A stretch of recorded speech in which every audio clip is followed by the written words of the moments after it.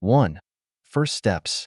The forest was filled with a quiet emptiness. Snow had fallen earlier in the day, coating the trees and leaving the area blanketed in white. Few animals remained in the forest, having chosen to hibernate or move to warmer areas. Then, a tree toppled, causing one of the few sounds in the forest. The echoing crash of the falling tree shattered the serene stillness that had enveloped the forest. Snowflakes dislodged from nearby branches and danced in the air before gently settling back to the ground. The forest seemed to hold its breath, as if shocked by the intrusion into its hushed tranquility.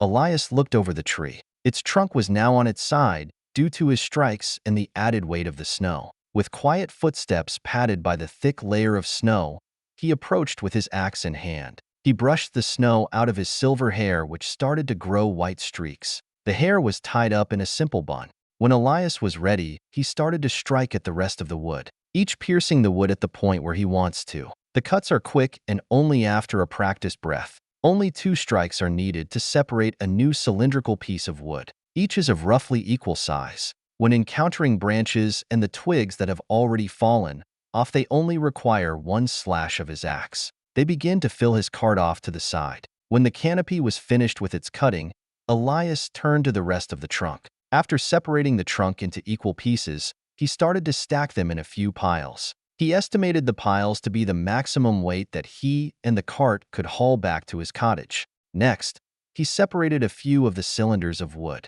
He laid them flat and in a line in preparation for his axe. The strikes were once again down the middle of the wood. The exertion helped to warm his body. His breath was steady through the process. Each piece split in 2 after a swing, and then was thrown into the cart. Elias cut through a dozen logs before feeling satisfied. Wiping some sweat off his brow, he sleeved his axe and turned to the cart. With well-crafted wheels, the cart spun easily as Elias began to pull. Its path followed the wheel lines of the times he had come to visit this area of the forest before. On the way back, he passed the stumps of trees he had felled before. His efforts had created a wide clearing that was filled with wild grasses and flowers come springtime. Snow hit his nose before he noticed that it had been falling around him. Better hurry back. There better not be another blizzard this winter. It has been miserable enough already. With a quick motion, Elias brought his cart closer to his body, giving him more leverage. Then he started to hurry back to his warm home. Elias trudged through the snow-covered path, his boots leaving deep imprints in the pristine white blanket beneath him. Nestled at the forest's edge, the cottage's cozy chimney released a thin wisp of smoke into the crisp, cold air. Smoke signaled warmth, and warmth was what Elias craved after a long day of wood chopping. Elias guided the cart to the front of the cottage and secured it in place. He could already imagine the crackling fire in the hearth, the aroma of a hot meal wafting from the kitchen, and the soothing warmth of his well-worn armchair. Just as he was about to head inside, he noticed a small envelope on the doorstep. It was an unusual sight, as he rarely received mail in this remote corner of the forest. Elias bent down, his gloved fingers brushing the snow away to reveal the envelope's surface. It was old, yellowed with age, and bore no return address. His curiosity piqued. He picked it up and carefully tore it open. Inside, a single sheet of paper awaited him. The handwriting was elegant, flowing like a river, and it read, "Dear Elias, I hope that you have done well away from the blade and your duties. Time, however, marches on, and I invoke your oath. The new hero needs your skills and training. You know where to meet. Do not disappoint. M." "Shit," muttered Elias, crumpling the paper into a ball. Opening the door, he stepped inside, not bothering to remove his snow-packed shoes. Marching over to the fireplace, he threw the paper in the open flame. "Eli, what is wrong?" asked a woman stepping out into the living room. She examined the scowl on his face and the now burning letter. "Just because you received bad news doesn't mean that you can't walk in here without cleaning yourself off." Elias looked down at his wet shoes that had started to make a trail to the door. "I'm sorry, my love. I'll start cleaning this up. You can do that and more. Now tell me what message you have received." "Marcus has sent his letter," Elias answered matter-of-factly. "I must leave today." "I am sorry, Grace." Grace frowned, putting her hands behind her sundress, but looked him in the eyes. "If it must be so, then I won't stop you. I knew when I married you that this day might come. I just hoped that the day in question would never come to pass. Start to gather your things. I will head to the stables and prepare your horse. Do not take long. You should be able to get into town by nightfall." At her declaration, they started to prepare for the journey. Elias nodded, a mixture of determination and sadness in his eyes. He turned away from Grace, who retreated into the kitchen and headed towards their bedroom to prepare for his departure. Entering the dimly lit room, he felt the weight of the impending journey bear down on him. His eyes fell on the battered old wooden chest at the foot of their bed. It was a weathered relic from his past, carrying the marks of countless adventures. Elias knelt beside it, his fingers brushing over the intricate carvings on its surface. Elias opened the chest and began carefully selecting the items he would need for his journey. Among them was his sword, a finely crafted weapon with a hilt that had seen better days. The worn and faded leather-wrapped grip evidenced years of battles and training. The hilt bore the scars of countless clashes, and the pommel had a dent from a particularly fierce duel with a rival swordsman. Elias didn't inspect the blade. He knew what was inside and secured it to his belt. Elias knew that he would need its protection on the journey ahead. He also packed a few essential supplies, a change of clothes, and a small pouch of coins. As he finished preparing his bag, Grace returned to the room carrying a leather saddlebag. She looked at Elias with a mixture of concern and determination. "Your horse is ready, and I've packed some provisions for you," she said, her voice soft but resolute. Elias rose to his feet, his bag slung over his shoulder, and took Grace's hand in his. "I promise I'll return to you as soon as I can," he said, his voice filled with love and determination. Grace nodded, her eyes glistening with unshed tears. "I'll be waiting for you," she replied, giving his hand a reassuring squeeze. With a final, lingering kiss, Elias left their home, the weight of his sword and the knowledge of the journey ahead heavy on his shoulders. He hurried outside where his horse Thunderstruck waited. The horse was tied up and was tugging at its reins anxiously. When it saw him, it started to calm down but was annoyed at being put outside. I know. You don't like to leave the stable these days, but I am going to need you to ride for a while," he said while patting the chestnut horse. "It seems like adventure calls for us like the old days. Hopefully, we won't have to run away from bandits like last time we crossed the valley." Elias gave Thunderstruck a reassuring pat on the neck before mounting him. The horse seemed to understand the gravity of the situation, and his usual restlessness subsided as he and Elias locked eyes, their unspoken bond strong as ever. With a final glance back at their home, Elias spurred Thunderstruck forward, and they began their journey down the snow-covered trail. The wind howled around them, and snowflakes swirled in the air. Thunderstruck's tracks quickly buried beneath two travels. Elias felt lucky to leave when he did, for what little comfort that gave him. The roads were clear and had avoided getting completely covered in snow. Thunderstruck was still able to travel the path, albeit slightly slower than usual. Elias hopped off his horse, tied off the reins, and approached the inn. The door swung open easily as he shook off his wet clothes and closed the door. The sound of the wind cut off abruptly, but he could now hear the chatter of the inn more easily. The large room had a large hearth fire going to keep its occupants warm. A few stools were empty at the bar, but most were filled. A mix of townsfolk chatted and ate at this late hour over drinks at the tables set up. "Old Eli," said the man manning the bar. He carefully poured drinks for customers and waved Elias over. He approached. "Lucas, it is nice to see you again." "It is indeed. It is indeed. I'm glad that you could come down here during this terrible weather. However, it does make the food taste better and the fires feel warmer. What can I do you for today?" "A room for the night. I'll be busy here tomorrow morning." "Do you have the room?" "I always have the room for you, my old friend. The space is probably not the warmest room in the inn, but it will fit you for the night. It at least no longer has the leaks, and I hope it stays that way." "Thank you. I'll also take a meal if you don't mind, and Thunderstruck is tied up outside. He'll be well taken care of. Don't worry about that. As for a meal, we have some of my stew in the pot. You can serve yourself. I will be checking on your horse, it seems. Luckily for you, there is still some room for him around back." Lucas stepped away from the bar and grabbed a thick fur cloak. He nodded and headed out to the door. Elias smiled and looked at the back wall. He made his way to the stew by smell. Inside the pot was a mix of a few vegetables that were finely cut and a savory meat that was diced up. He grabbed the ladle sitting in the pot and scooped up a serving into a bowl before returning to one of the stools at the bar. The stew was hot as he ate and warmed up his cold hands. Elias let his focus stay on enjoying his food while he waited for Lucas to return from outside. People continued to chat and drink around the fire, but he ignored it all. His mind was on other topics. In the meantime, his hand caressed the hilt of his blade. It felt comfortable and easy. As Elias savored the hearty stew, the sounds of muffled conversations and the gentle crackling of the fire in the inn's common room served as a comforting backdrop. The stew's rich flavors and warmth began to chase away the chill from his bones, and he couldn't help but appreciate the simple pleasures of a hot meal on a cold night.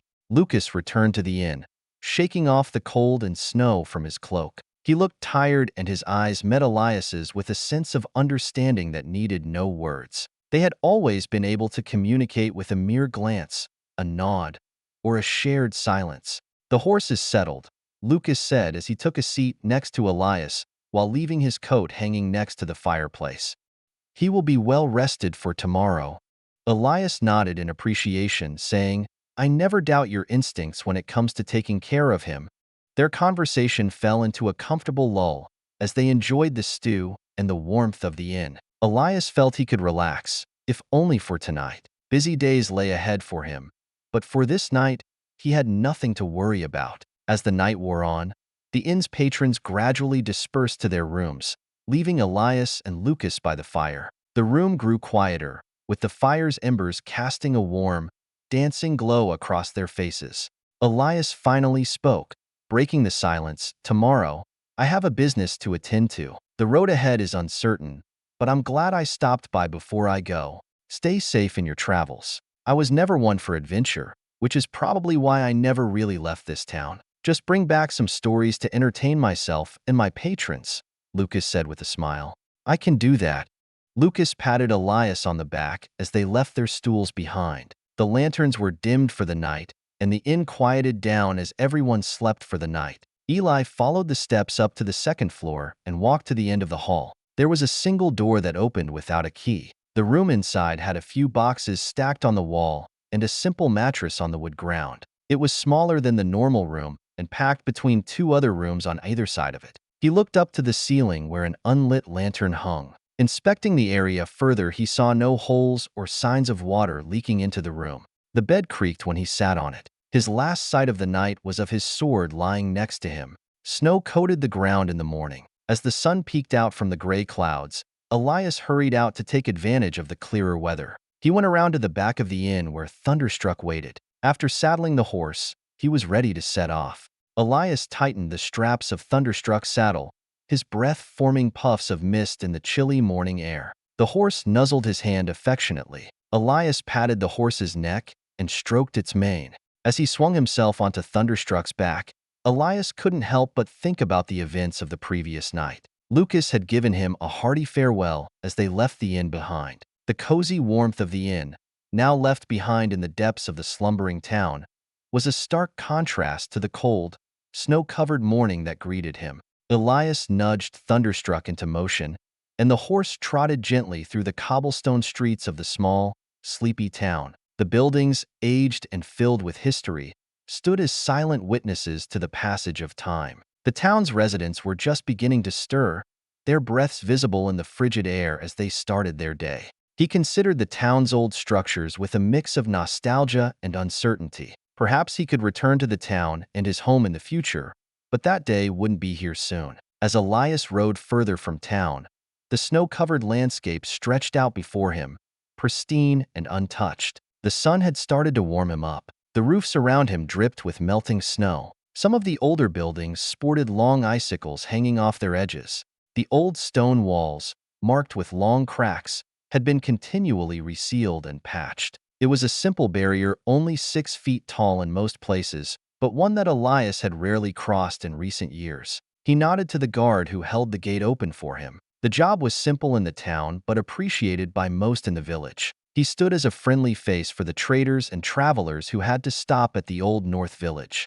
Thunderstruck accelerated after exiting the walls. The sounds of his gallop were muffled by the light dusting of snow on the trail. Elias's heart raced as thunderstruck carried him farther from the comforts of his hometown. The horse's powerful stride resonated through his body, and the familiar sensation of adventure gripped his soul. He knew he was embarking on a journey of great significance, one that would take him far from the safety of his childhood home. As they rode further from the village, the landscape gradually transformed. The snow-covered fields and trees gave way to dense forests, their branches heavy with snow. Elias tightened his grip on Thunderstruck's reins, guiding the horse along the narrow trail that wound through the woods. The forest seemed to hold its breath, the silence broken only by the rhythmic thud of Thunderstruck's hooves against the frozen ground. As they ventured deeper into the forest, Elias's mind drifted back to the reason for his departure. He was needed in East Haven. A hero had been declared, and they needed him. 3. To the city. The cold weather lessened a bit as he traveled toward East Haven. The blizzard in the north hadn't traveled this way yet. On the way, Elias had to contend with rain and the muddy trail that followed it. His first stop was at a popular spot for travelers to rest. Once there, as the afternoon started to turn to evening, he set up camp for the night. His travels over the next day took him through the familiar sights of the region and places he hadn't seen in a long time. The trail opened up, and he saw the cascading waterfalls now frozen and hardened in place. Wildlife native to the region left him alone in hibernation or searching for food elsewhere. Paths split off in multiple directions, heading toward other villages in the mountains. But Elias's path took him down the largest of these paths and down toward the base of the mountain. As he descended further down the mountain, the air grew milder, and the snow and ice gradually gave way to a lush forest. The canopy of evergreen trees overhead provided a natural roof that shielded him from the persistent drizzle. The scent of pine and damp earth enveloped him, a stark contrast to the biting cold he had endured earlier. It was as if the world had transformed around him with every step he took. He came across a small, meandering stream that glistened with a thin layer of ice, its surface reflecting the fading daylight. Elias knelt and cupped his hands, taking a sip of the crisp, clear water. The taste was pure and invigorating, a reminder of the simple pleasures that could be found in the wilderness. At one of his stops, he heard the sound of people. He was off his horse when they came into view. 3 men stood in rough clothes and cloth covering their faces. The man in the lead already had his sword out and turned it toward Eli. "Let's keep things simple and no harm will come to you today. No sudden movements or this sword will go through your heart. Step away from your horse and we will be searching for your bags." He eyed them and examined their weaponry and worth. Then he took a step back and started to comply with their orders. His hands dropped closer to his sides. The wind rustled the trees, and then the bandit at the front blinked. Elias's sword was already halfway out of its sheath when his attackers reacted. The 2 in the back started to draw their swords. As he unsheathed his blade, his attackers, quicker than he anticipated, lunged forward. The first clash of swords sent a jarring sensation up Elias's arm, reminding him of his age. He grimaced, not from pain, but from the realization that he couldn't rely on the swiftness of his youth. With effort, he parried the next strike, using his experience to compensate for his diminished speed. His counterattack was measured and precise, targeting the bandit's shoulder with a calculated, albeit slightly delayed, strike. The bandit cried out and dropped his weapon. Eli dislodged his sword by kicking the man away. He turned to the other 2. Steadying his breath, he readied himself for the 2 blades coming at him from either side. Elias maneuvered with a deliberate twirl, his body reminding him of every battle it had endured over the years. Each movement was a battle against time.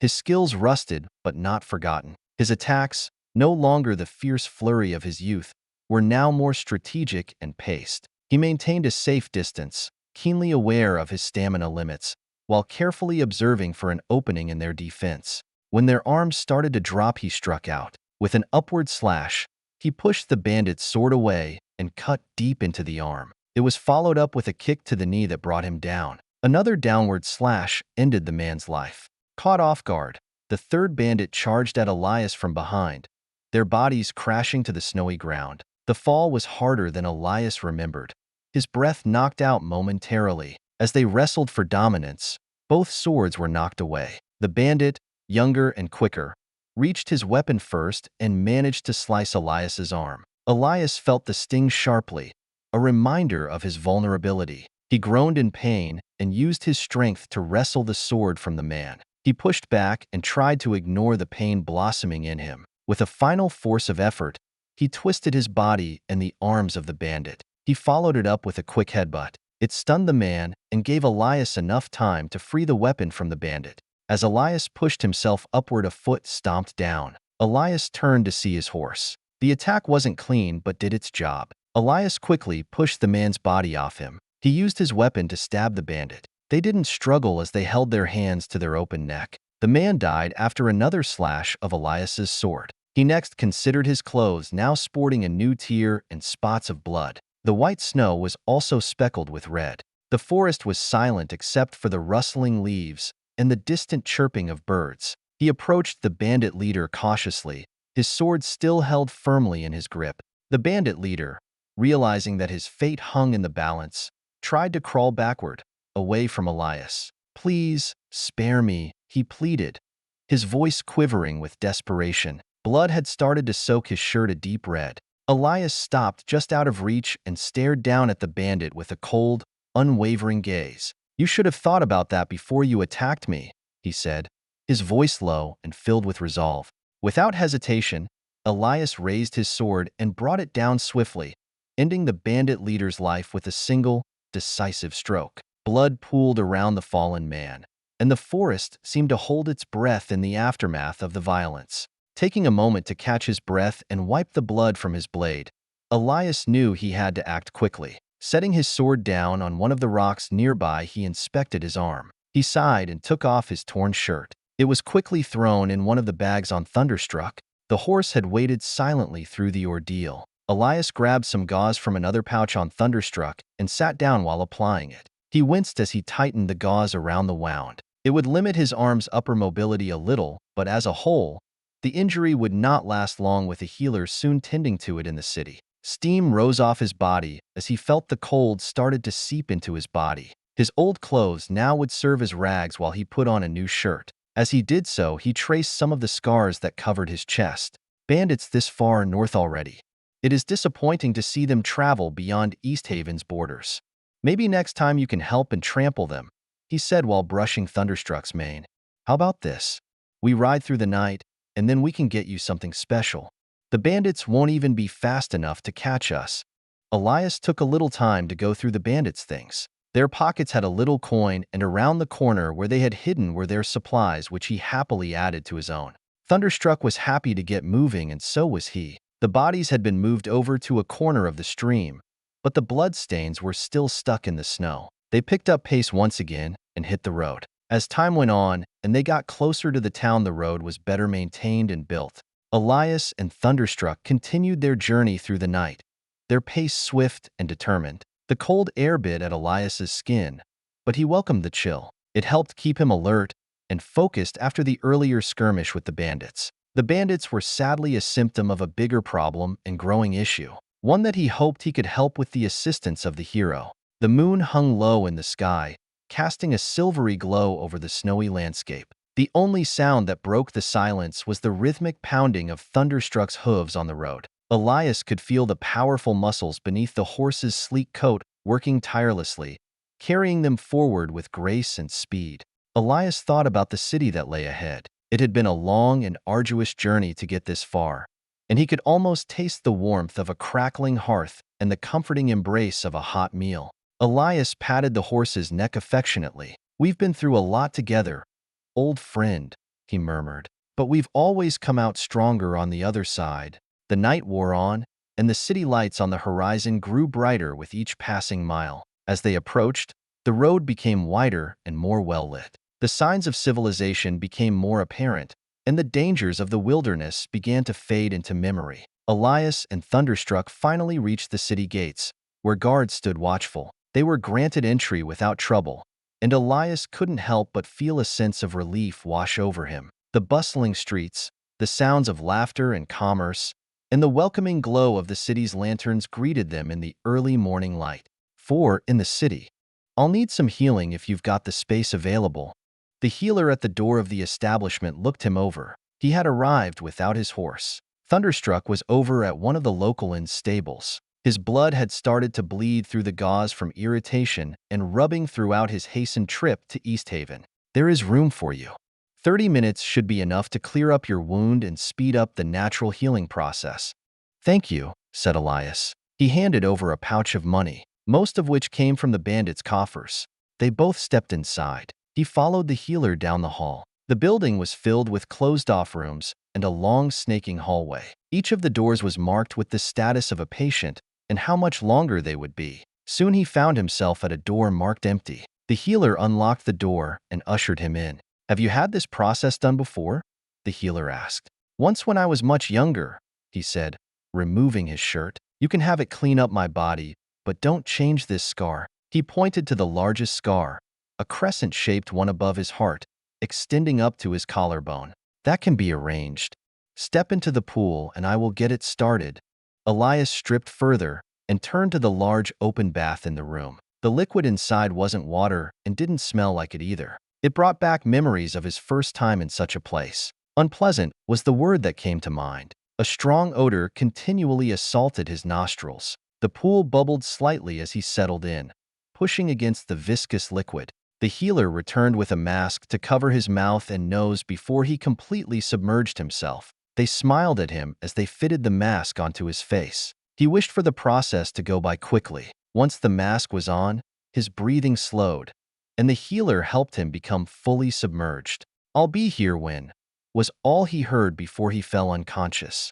Elias didn't dream while in the healing tank and felt anxious upon waking. Instinctively, his body forced his head up as he pulled off the mask before the healer could assist. His rapid breathing relaxed once he realized what had just happened. It is okay now. The process is over. I'll leave you to get dressed, as I have other people to attend to. He nodded in response, and the healer left the room. Elias quickly stood and gathered his things after confirming all his items were still there. The strange liquid slipped off him easily, causing an odd sensation of wetness, then dryness. As he began dressing, he noticed his injury was barely visible and almost gone. He hadn't felt anything from it while moving. In fact, he felt hardly any strain at all. His body felt lighter, and his muscles were no longer stiff. He felt great. On examining himself, he noted, as promised, the only remaining scar was the crescent on his chest. He began to stretch a little before the room's smell hit him, prompting a quick exit. That will always be strange no matter how many times I do this. After exiting the building, Elias turned to the main road that cut through the city. Some of the largest and most popular destinations stood on this road. The healing building was one such building. As he walked, he passed a few specialty shops for clothing, jewelry, and sweets. Elias remarked on a few of the notable changes that had occurred in the city. Some of the shops had changed ownership and branding, but the greatest in the city were unchanged from when he remembered them. The people also had changed in subtle ways. East Haven traditionally was a mining town built on the mountain to export goods from the mountain to those living in the valley and closer to the capital city. Times had changed as he settled down. Ore from the mountain was starting to dry up, and it was getting harder and harder to find new pockets of materials. This, the growing darkness, and more had changed people. The good days were far behind, and not everyone remembered a time before the rise of evil. The streets were still vibrant, but the mining equipment that had once dominated the cityscape was gradually disappearing. The industry had moved on. It had to, or else lose money and lose work. People were haggard and held worry on their faces. He thought of his town. It was held up by East Haven like several villages in the region. The logging trade was held up by their connection to East Haven. Without it, the traders wouldn't stop at a village so far away from society. Elias slowed his steps as he approached his destination. The grand building was built of stone quarried from the mountain behind it. Time had worn some of its edges down, but it was the same as he remembered. The walls were further enhanced by etchings and paint, some of which had started to fade. He looked up toward the top of the building. It held one of the best views that Eli had ever seen before exploring the world. It towered above the defensive walls and held a clear view of part of the valley in the distance and the mountains that held his home. "I am here to see Sir Marcus," he said to a woman at the front desk. She nodded and started to escort him up the stairs. Elias was led into a room on the top floor of the building. It held a wide table, and at one end Marcus sat waiting. The room was lightly decorated with artwork and a few metal sculptures. "You've upgraded your office," said Elias. "And you have grown out your hair," said Marcus. "It is good to see you again after all this time."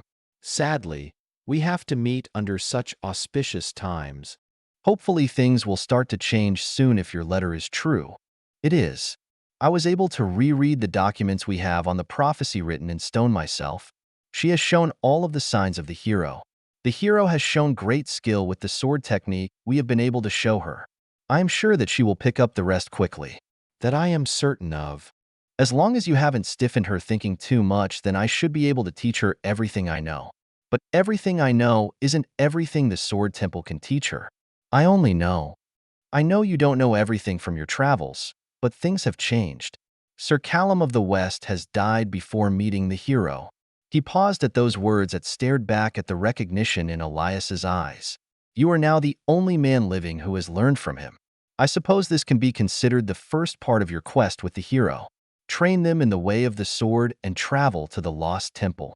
With luck and the prophecy by your side, I am sure that you will be able to decipher the old writing and teach the young hero the final moves of the sword technique." Elias nodded solemnly, absorbing the weight of Marcus's words. The destiny of the hero and the fate of the realm rested heavily on their shoulders. "I understand the importance of this task," Elias replied. "I'll do everything in my power to train her and guide her to the lost temple. The legacy of Sir Callum must live on through us, for the sake of the kingdom. Though I wish I had spoken to him before his passing." Marcus leaned forward, his eyes filled with determination. "I have faith in you, Elias. You were always one of the most promising students at the Sword Temple. Your skills, combined with your knowledge of Sir Callum's techniques, make you the perfect mentor for the hero." Elias couldn't help but feel a surge of pride at Marcus's words. He had spent years honing his skills, learning the ancient techniques, and mastering the art of the sword. "There are naturally a few more stops that you must make along the way to the temple, but first I need to introduce you to the hero," said Marcus with a grin. 5. Meeting the hero. "She is here?" asked Elias. He stepped forward with interest. "Arrived just yesterday. It is partly why I was in such a hurry to call for you," said Marcus.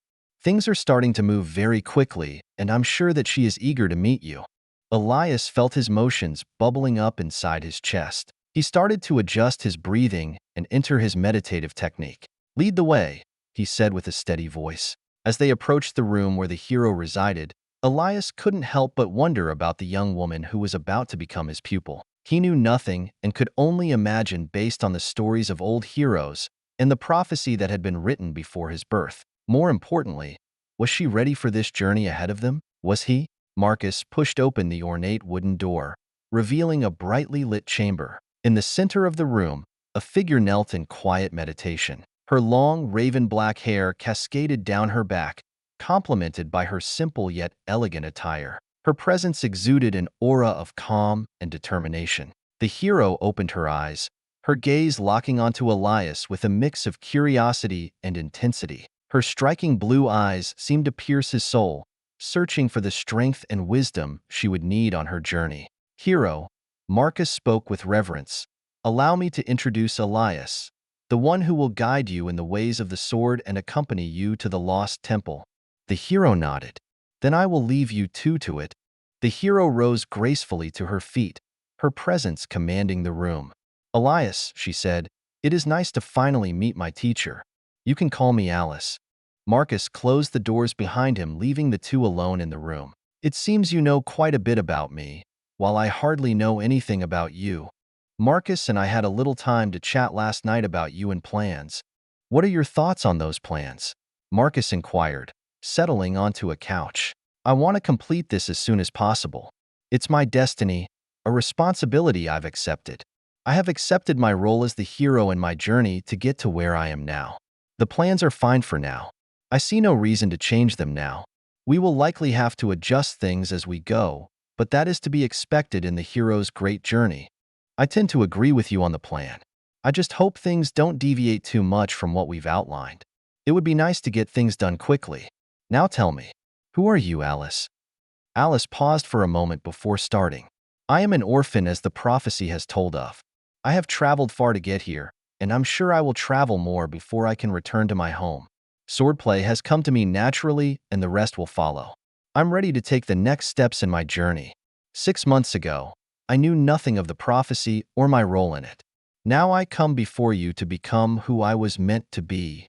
Elias nodded, absorbing Alice's words. "Your journey will not be an easy one, Alice," he began, choosing his words carefully. "But it's clear that you possess the inner strength needed to face the trials ahead. The path of a hero is fraught with challenges, but it's also a path of self-discovery and growth." Alice inclined her head, her piercing blue eyes never leaving his face. "I understand that, Elias. I'm ready to learn, to face those challenges head-on, and to fulfill my destiny. Teach me the ways of the sword, so I can become the hero I'm meant to be."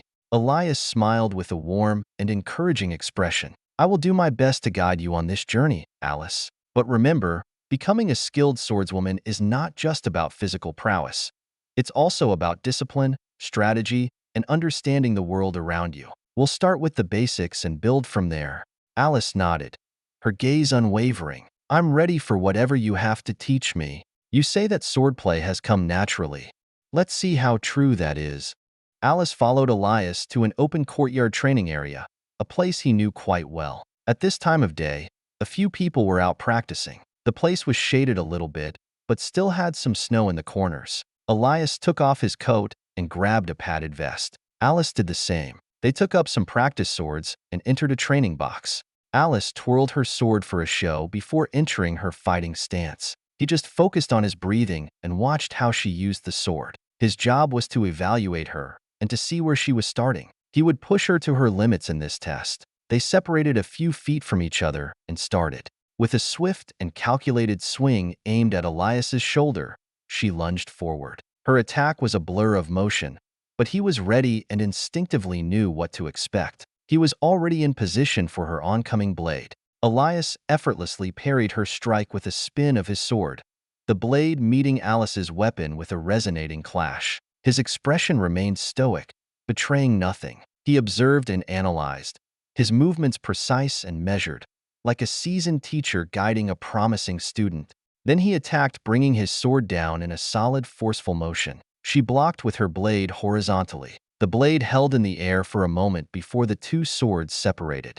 He attacked again with a downward diagonal strike. The blade sparked upon contact. He pushed forward again, forcing Alice to backpedal. She gritted her teeth as she deftly blocked his strikes. Elias left her an opening, and she struck out. He jumped back as she thrust her sword forward. Alice's thrust was swift and aimed directly at Elias's chest, but he smoothly sidestepped her attack, moving like a dancer in perfect harmony with his blade. It was a graceful display of evasion. Elias pushed her with a series of rapid attacks, each strike meticulously calculated to test her reflexes and defensive skills. Alice, determined to prove herself, met each challenge with unwavering focus and resilience. Their movements were a testament to their contrasting styles. Alice fought with fiery determination, her attacks fierce and passionate, while Elias remained the embodiment of calm precision. He left an opening once more, and she thrust her sword forward. His blade reacted before hers was halfway to him.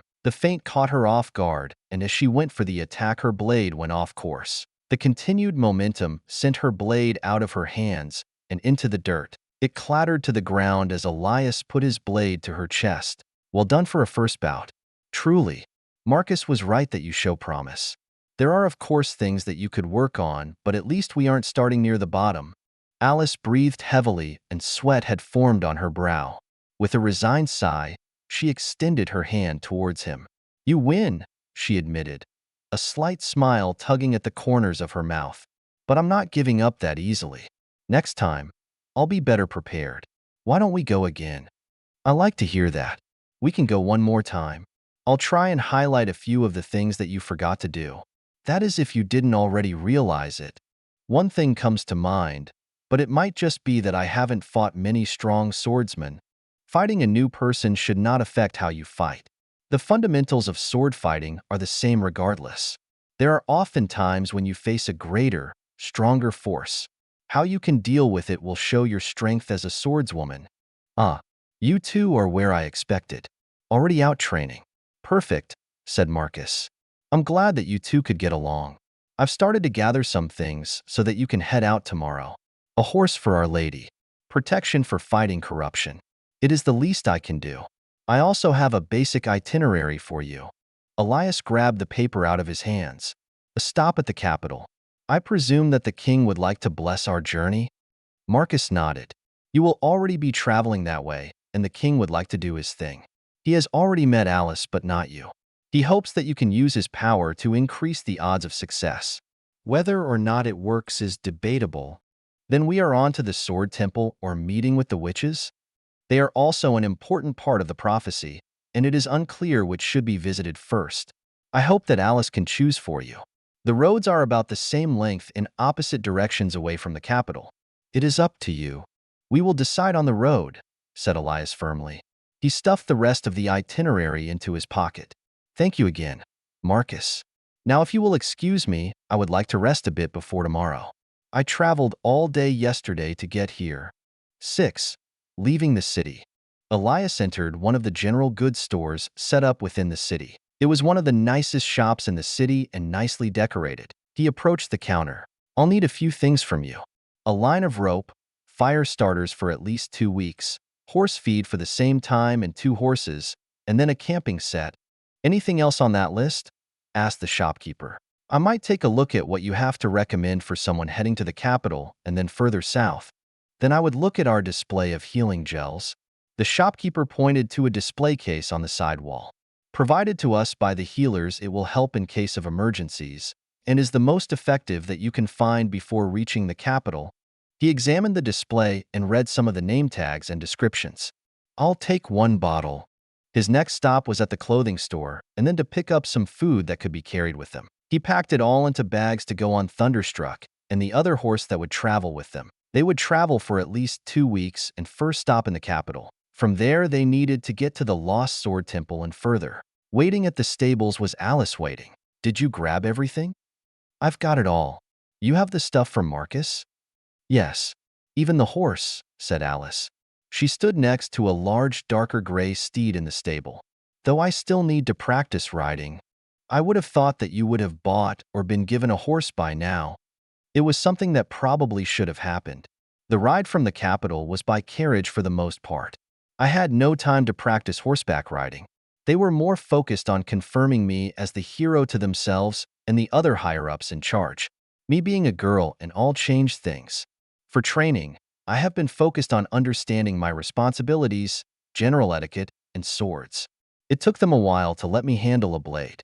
They didn't want me hurting myself or some such bullshit reason.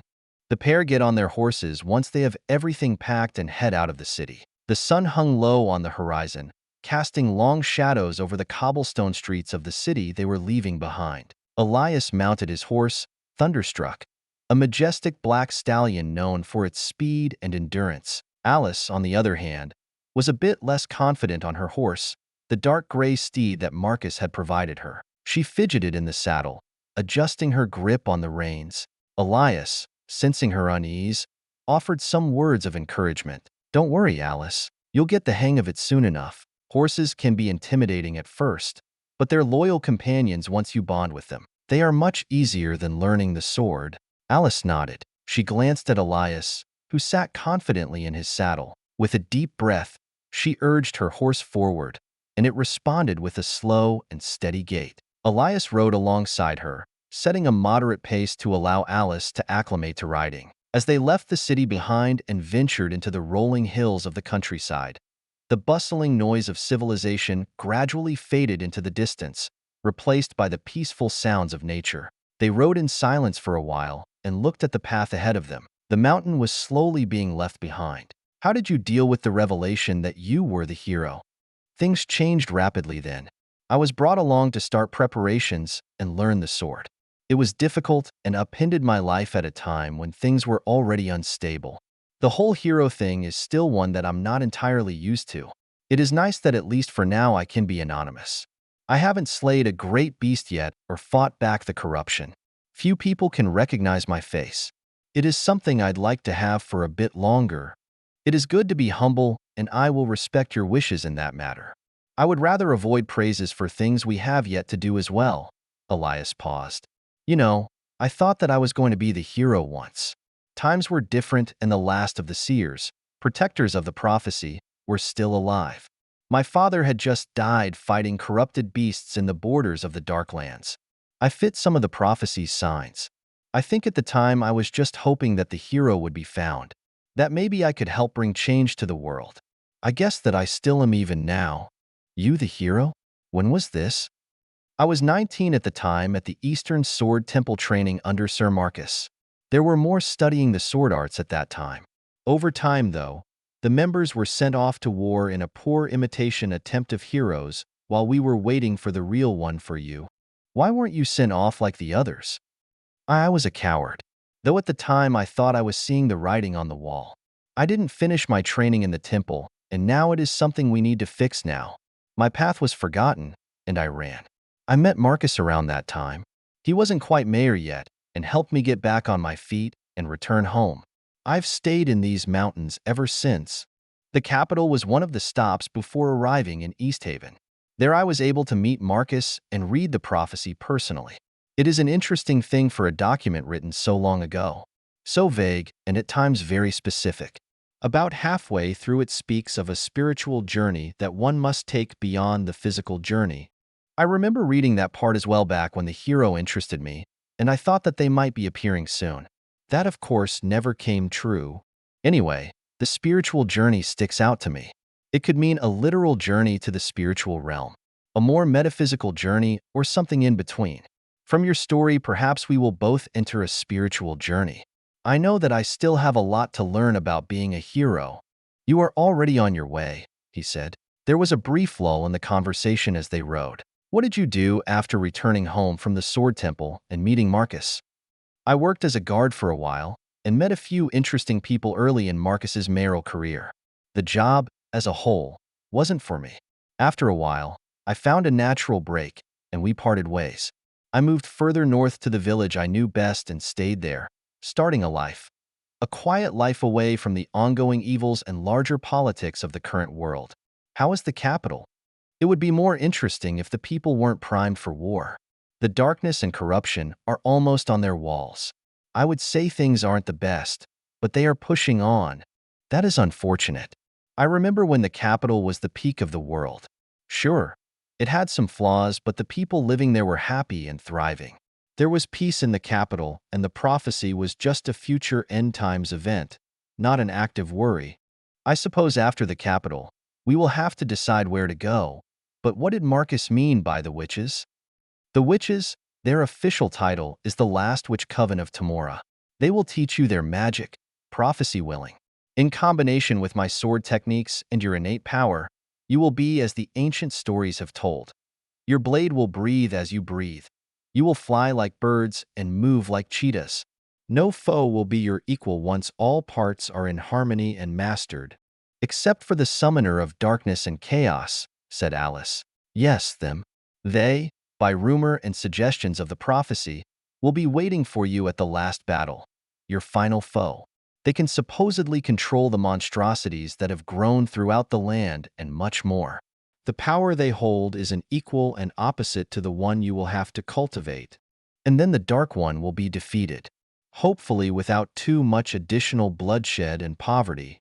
As they discussed the witches, Elias remembered the old legends that were recounted and his memories of the people, the tales of the Tamora witches, guardians of the ancient knowledge and keepers of the mystical Tamora Grove. The grove was a hidden sanctuary where trees whispered secrets of the old world, and streams murmured with forgotten spells. To enter the grove was to step into a world where myth and reality merged, and where every leaf and stone hummed with ancient magic. 7. Villages.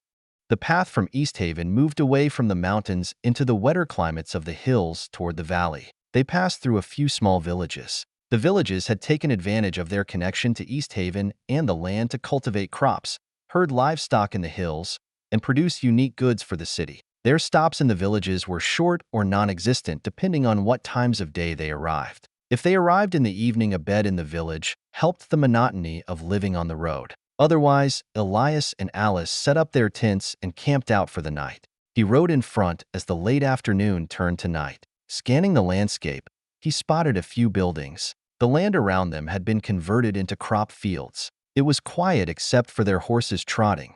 It was a small settlement, consisting of a cluster of cottages with thatched roofs and cobblestone paths. In the fading light, the village appeared empty and unsettling. Elias and Alice exchanged uneasy glances as they approached. The village should have been bustling with life at this hour, but not a single soul could be seen. The windows of the cottages were dark, and the doors were shut tight. Even the warm glow of hearth fires that typically spilled from the windows on a chilly evening was conspicuously absent. They dismounted from their horses and tied them to a nearby hitching post. Elias took a deep breath, his senses in high alert. The air held a strange, heavy stillness, broken only by the distant hoot of an owl. The silence was oppressive, almost as if the very earth held its breath. Alice stepped closer to Elias, her voice barely a whisper. "This place gives me the creeps, Elias. It's like everyone just vanished." He nodded, sharing her unease. "I don't like it either, Alice. We should be cautious." Stay close. They cautiously entered the village, their footsteps echoing softly on the cobblestone paths. The cottages, though quaint and charming, exuded an eerie emptiness. Curtains billowed slightly through open windows, but there was no sign of life within. The absence of any sound, not even the chirping of crickets, was unnerving. As they explored further, they came upon a village square, its centerpiece a weathered stone wall. Nearby, a market stall stood abandoned, its wares left to rot. Fruit lay scattered on the ground, forgotten by an absent vendor. Elias approached the well and peered down into its depths, but the water was still and undisturbed. Alice examined the market stall, her fingers lightly touching the bruised and forgotten fruit. "Something's not right here, Elias," she said. He nodded again, his gaze scanning the deserted village. "We should find shelter for the night and leave at first light. This village should be quite active even at night. I don't know if something happened to the people here, or if their leaving was something ordered. I don't want to stay here longer than we have to." With that decision made, they headed toward the largest cottage at the center of the village. Its door creaked open with eerie reluctance, revealing a dimly lit interior. They stepped inside, their senses on high alert. "Tonight, we will go through watch rotations," said Elias. "I'll start and I'll call for you in a few hours. Whatever you do, stay here. I'm going to explore this house and around the building. Keep your sword nearby. Do you want to wait and take the second watch instead? I can handle myself. There is a lot of area to search. You might miss something.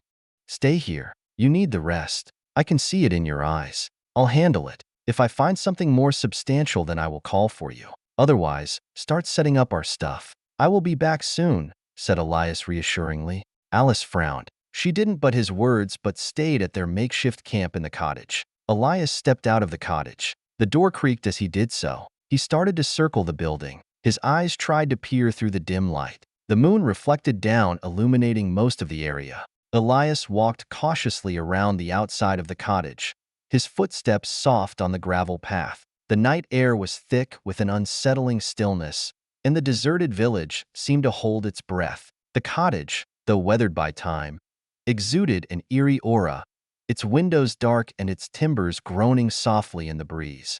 His unease grew as he approached the well at the center of town. Moonlight bathed the ancient stone structure in a ghostly glow, casting long, jagged shadows that danced across the cobblestones. The well's water, contrary to the usual serenity of such places, rippled and churned without provocation, a disquieting sight.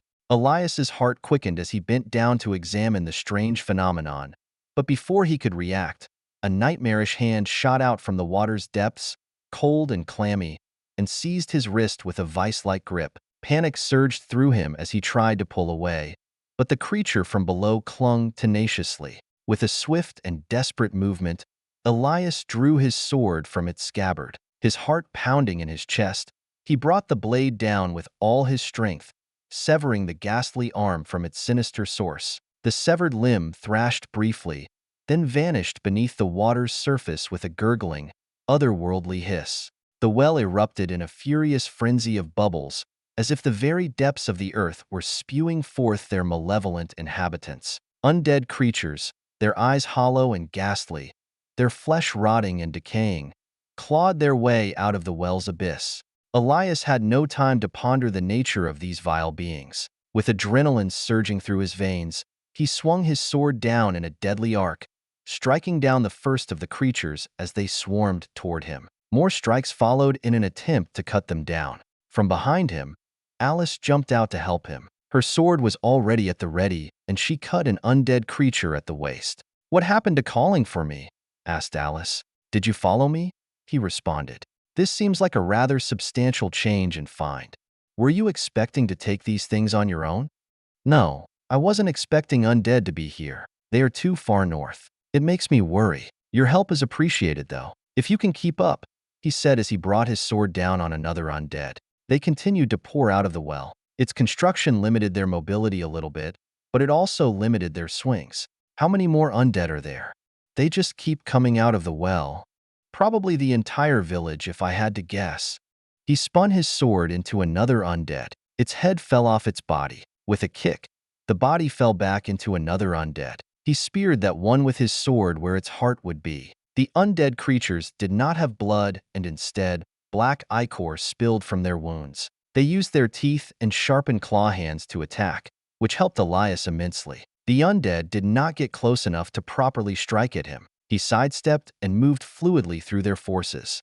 Next to him, Alice also fought. She sliced into the undead enemies, severing limbs and keeping them at bay. Still, they had to back up as the number of undead grew. "We need to stop them from coming out of the well," said Alice. "Can you get back to the well? Give me a minute or two and I can rush over there. Though I'm not sure what you expect me to do. Destroy the well somehow. Sword does not cut through stone. At least not any of the swords I have wielded before." As Elias killed another zombified undead, he pushed forward. Sweeping his sword in a wide arc, he cleared some space for himself. The zombies caught in his blade were cut into pieces. His blade did not slow as he completed the swing. He brought his sword down on the undead in front of him. His feet still moved forward. The relentless tide of undead continued to press against Elias and Alice as they fought their way toward the well. He could feel the fatigue starting to set in, but he knew they couldn't afford to let up. Alice's determination matched his own, and she continued to cut down the undead with precision. Elias finally managed to reach the edge of the well, his chest heaving with exertion. He glanced down into the darkness below, trying to come up with a plan. The well was made of solid stone, and his sword alone wouldn't be enough to destroy it. But then an idea struck him. "Here goes nothing." He thrust his sword forward in between the undead and into the depths of the murky substance below. The undead dropped to the ground. The well cracked. A long split grew in the stone before water spilled out from the top of the well. It spread over the bottom of his boots into the fallen undead. The strings of their life cut abruptly. Then a roar echoed out from the depths of the well. "Eight! Monster!" A large hand gripped the stone that had fallen from the well. It clenched and the stone cracked further. As it pulled itself up, its head was revealed. Elias and Alice were forced back. The ogre's head was blackened and gray. With a thud, it landed on the ground. The space around the well was now crumbling. Dirt fell back into the well hole. The ogre roared again. "The corruption has taken over its mind," Elias observed. "We need to book it out of here, then." "Grab the horses and go," said Alice. "That is something to be considered, but we can stand up to it. If we let it go, then it will attack other villages. They will have little to deal with its strength. Don't worry. Ogres are naturally slow. We just need to be faster than it is. Target its legs first so we can bring it to its knees. Follow my lead." Elias lunged forward, his sword slicing through the air as he aimed for the ogre's massive legs. Alice followed suit, her movements graceful and precise. Their swords struck the corrupted ogre's limbs, causing it to bellow in pain. The wounds they cut open dripped with black blood that oozed and burnt the ground around it. The ogre swung its enormous arms, trying to land a crushing blow on Elias and Alice, but they danced away, narrowly avoiding the devastating attacks. He darted in and slashed at the creature's other leg, causing it to stumble. The ogre's roars echoed as it struggled to maintain its balance. His slashes quickened as he sidestepped the creature's huge feet. Its steps rocked the ground and splintered boxes as it stepped. Alice attacked the other leg, digging her sword into the back of the ogre's knee. Elias took a deep breath as he stabbed into the upper leg of the ogre. He focused his power downward. The blade slid down the side of the ogre's leg until it hit the calf and popped out. More blood slid off his blade and down the ogre's leg. It swung its hand in retaliation in a swatting motion. He was forced to quickly duck under the hand before stepping back. Alice also fled backward. "This doesn't seem to be working," said Alice. "Whatever this corruption is, it is letting the ogre ignore our attacks. The thing should be on its knees already. Instead, it doesn't seem to care how much it bleeds. The corruption is enhancing it. If all else fails, then kill it with fire. That usually works great against corrupted beasts, and ogres aren't a fan either. I'll keep it at bay. You run back to the horses. I have some fire starter in my bag and you take care of it. It is your bag. I can handle the ogre myself for a while."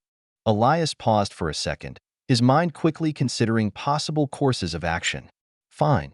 Just be careful." With that, he disengaged from the fight and backed away. When his sword hit the end of its sheath, he went into a full sprint. He ran toward the horses on the other side of the villages. They were still waiting, patiently resting. "Why did I leave the fire starter with Thunderstruck?" he thought to himself. "It is just you and me now," said Alice aloud. She held her sword confidently in front of her. Her blade flashed forward, her body following after. 2 quick slashes followed. They cut shallowly into the ogre. More black blood dripped out of the wound. With one fist, the ogre slammed down with its fist. The other swung around. Alice was not fast enough. She was knocked back. Her blade hit the ground. Hurriedly, she got to her feet. Wiping blood from her cheek, she raced for her blade. Dodging past another attack, she picked her blade back up. Alice knew she couldn't afford to let the ogre get too close again. She needed to keep her distance and strike from afar. With a deep breath, she focused her energy, drawing upon her training and the determination burning within her. The ogre roared and charged at her, swinging its massive fists. She ducked and weaved, narrowly avoiding the crushing blows. With each near miss, she felt the ground shake beneath her. The corruption was indeed making the ogre stronger and more relentless, but Alice was determined not to let it win. She stabbed at its chest. Blood dripped onto her blade as it slid out of the creature. Her adrenaline spiked after the hit. The ogre seemed to slow further. It put a hand to its chest. As Alice moved back to strike again, the ogre grabbed her free arm. She was lifted into the air, and the ogre roared once more. Her body twisted as she rose in the air,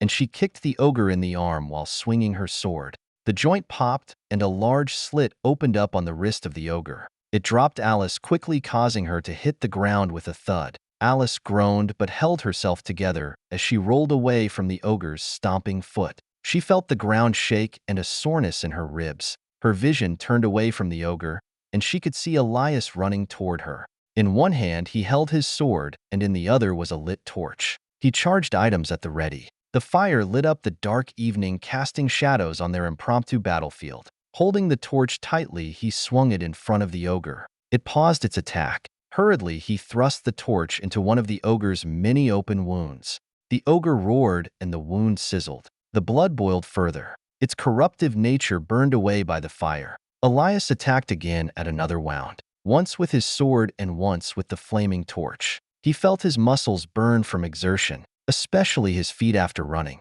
The ogre howled in agony as the flames consumed its corrupted flesh. It stumbled back, its movements sluggish and disoriented. Elias seized the opportunity, charging forward with determination in his eyes. He knew he had to keep the pressure on, to finish what they had started. Alice, still recovering from her fall, watched as Elias unleashed a flurry of attacks. His sword sliced through the ogre's thick skin, each strike guided by precision and the burning fury of vengeance. With each hit, the flames from the torch intensified, searing away the foul corruption that had empowered the beast. The ogre, weakened and on the brink of defeat, desperately swung its massive fists at Elias. But the flames had taken their toll, and its movements lacked the deadly force they once possessed. Elias skillfully dodged the blows and darted out of the way. Alice moved forward to attack as well. She moved around to the back of the ogre. It did little to stop her. The torch continued to burn the ogre in places.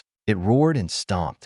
Elias stabbed the ogre's leg once more. The muscle and fat of its body now slowly chipped away. After another strike, the leg could no longer support the rest of its body. It dropped to one knee. She struck at its head a moment later.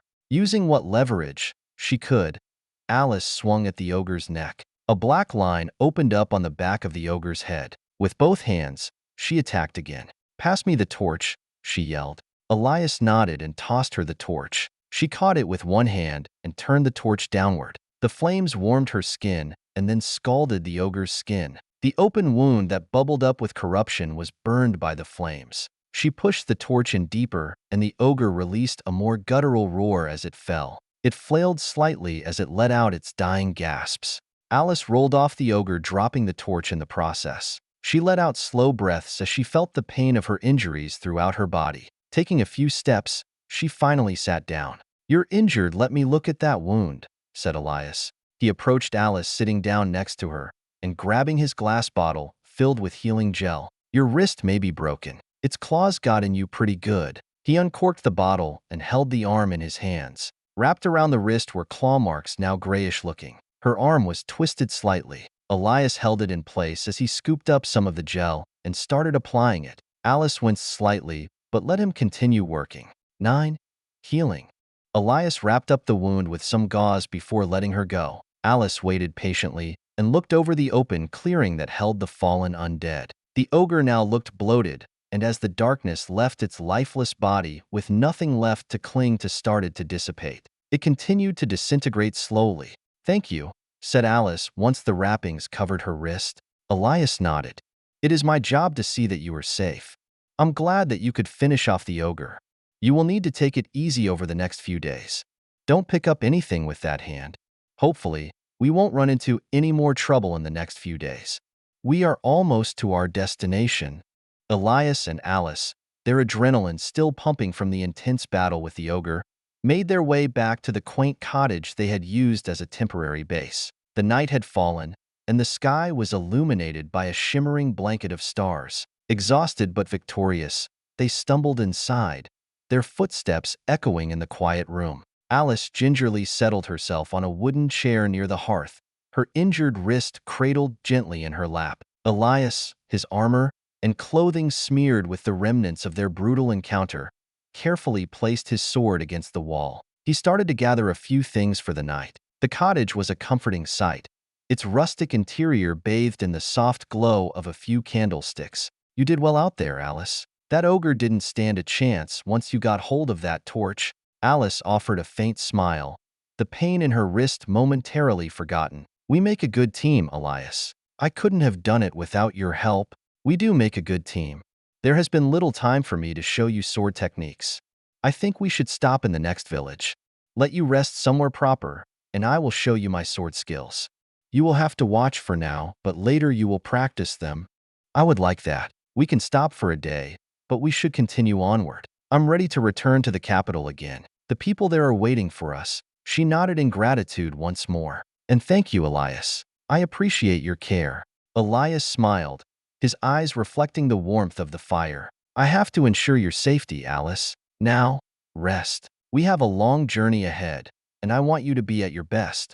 With that, they both settled into a comfortable silence, the cottage providing them with a temporary sanctuary from the dangers that lurked outside. In the morning, they returned to their horses with their items packed up ready for the journey. The city square looked bleak in the morning light. Cracks had formed in the packed dirt. The undead had mostly dissipated, but some of the remains were still active. Black smoke rose off the bodies, cleansing themselves of the darkness. Riding out of the village, they left quickly. The path they continued down was well-trodden, though so early on they saw no one on their path yet. As they traveled, they passed an old signpost. The wood lodged in the ground was slanted slightly, though the words written on it were still legible. Lower on the signpost were directions to the smaller villages in the area, including the one they came from and where they were going. At the top were two larger posts. One was for East Haven, the largest settlement in the area, and the capital, Elder's Rock, still days away from them. They crossed over a river, bringing water down from the snowy mountain tops.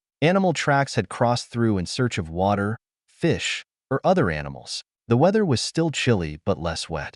In the afternoon, Alice and Elias finally arrived in the next village. It was a quaint little place, with cobblestone streets and colorful cottages. The villagers went about their daily routines, casting curious glances at the two travelers as they rode through. Elias guided their horses towards a welcoming inn with a wooden sign that swung gently in the breeze, creaking like an old friend's greeting. They dismounted and tethered their horses to a nearby post, ensuring they were well cared for. As they entered the inn, a warm wave of aromas from freshly baked bread and hearty stews enveloped them. Inside, they found a cozy corner with a wooden table and 2 chairs. Alice sighed in relief as she sank into the soft, cushioned seat. Elias ordered a hot meal and a room for the night. After eating their late lunch, the pair walked out to the fields that surrounded the village. Miles of wheat, corn, and other vegetables filled the acres of land. They found a more secluded spot in between the lines of planted corn. Alice took a few steps back as Elias drew his sword. In the distance, she could see the roofs of a few small houses, but for now, her eyes were concentrated solely on her master's sword. Today, I will start going over my sword techniques with you. Due to your injury, just watch what I do. It is important to be careful of foot placement, body angles, and wrist motion as each strike is completed. While the move can generally be performed if one of these is off, its power will be diminished. To a wayward observer, the attack may look the same, but the sword attacks would feel completely different to an enemy. The better you can recreate these movements, the better you can cut through armor, defend, and protect yourself. At the sword temple, there was a test they would perform to see if your strike was at the level of a beginner, apprentice, all the way through master and grandmaster. In my time in the temple, I got 2 sword strikes to the level of master. Though I can no longer confirm my strikes with the test, I know that the rest of the strikes I have learned are now at the master level at least. With time and practice, I will bring you up to that level and teach you everything I know. It will be difficult, but you have already shown great talent with the sword so far. There will be many more enemies beyond the ogre, and I will make sure that you are ready for them. He slid his right foot forward and twisted his body into position. His hands were firmly on his sword at the ready. The air swept around his blade as he performed a downward slash, heavenly descent slash, the first of the sword temple moves. In full effect, it can shatter another swordsman's defending blade or force a shield bearer back. When in doubt, bring your sword down on your enemies and watch them fall. He took a step back and returned to the same stance. He repeated the swing twice more. The first one was slow, and the second was at regular speed. For this move, you will want to focus on your wrists and your grip. Without a strong grip, the sword will fly out of your hands. When your wrist isn't set where it is supposed to, then your blade will be deflected easily, and you will lose power in your strike. Your body should be level with your feet. This is not a reaching strike. This is an attack that when in range will force your enemies to dodge or take on. Swords in its way will be deflected or broken. If paired with the magic given by the witches we will meet, then few creatures will be able to take the strike head-on. He paused, giving himself time to recenter himself. I'll go again. Watch each part as the strike flows from start to finish.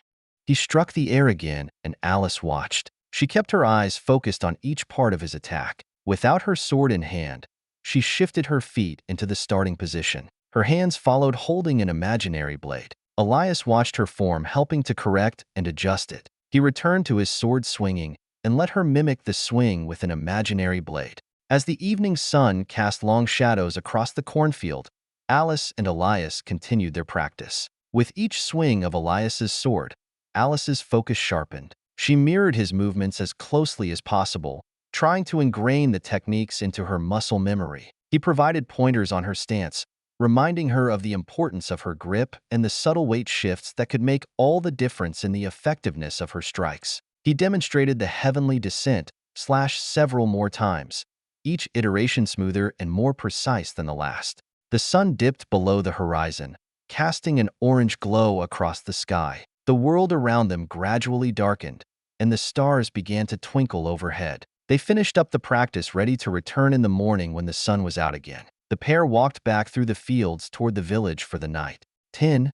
Travel and training. The next day, they traveled to the next villages along the road. The fields passed them by as they crossed through pastures for various animals. Training always happened in the afternoon, once they got into the next village. Elias brought out his sword while Alice mimicked him with an imaginary sword in hand. They always found secluded spots away from the village housing, or if that was not available, they practiced in rented rooms. He continued to practice heavenly descent slash. the attack repeated continuously against invisible enemies to show it off. Let's move on to the next sword technique. Rising Mountain Strike is its name. After attacking with the Heavenly Strike Slash, you can then move your sword easily into the Rising Mountain Strike.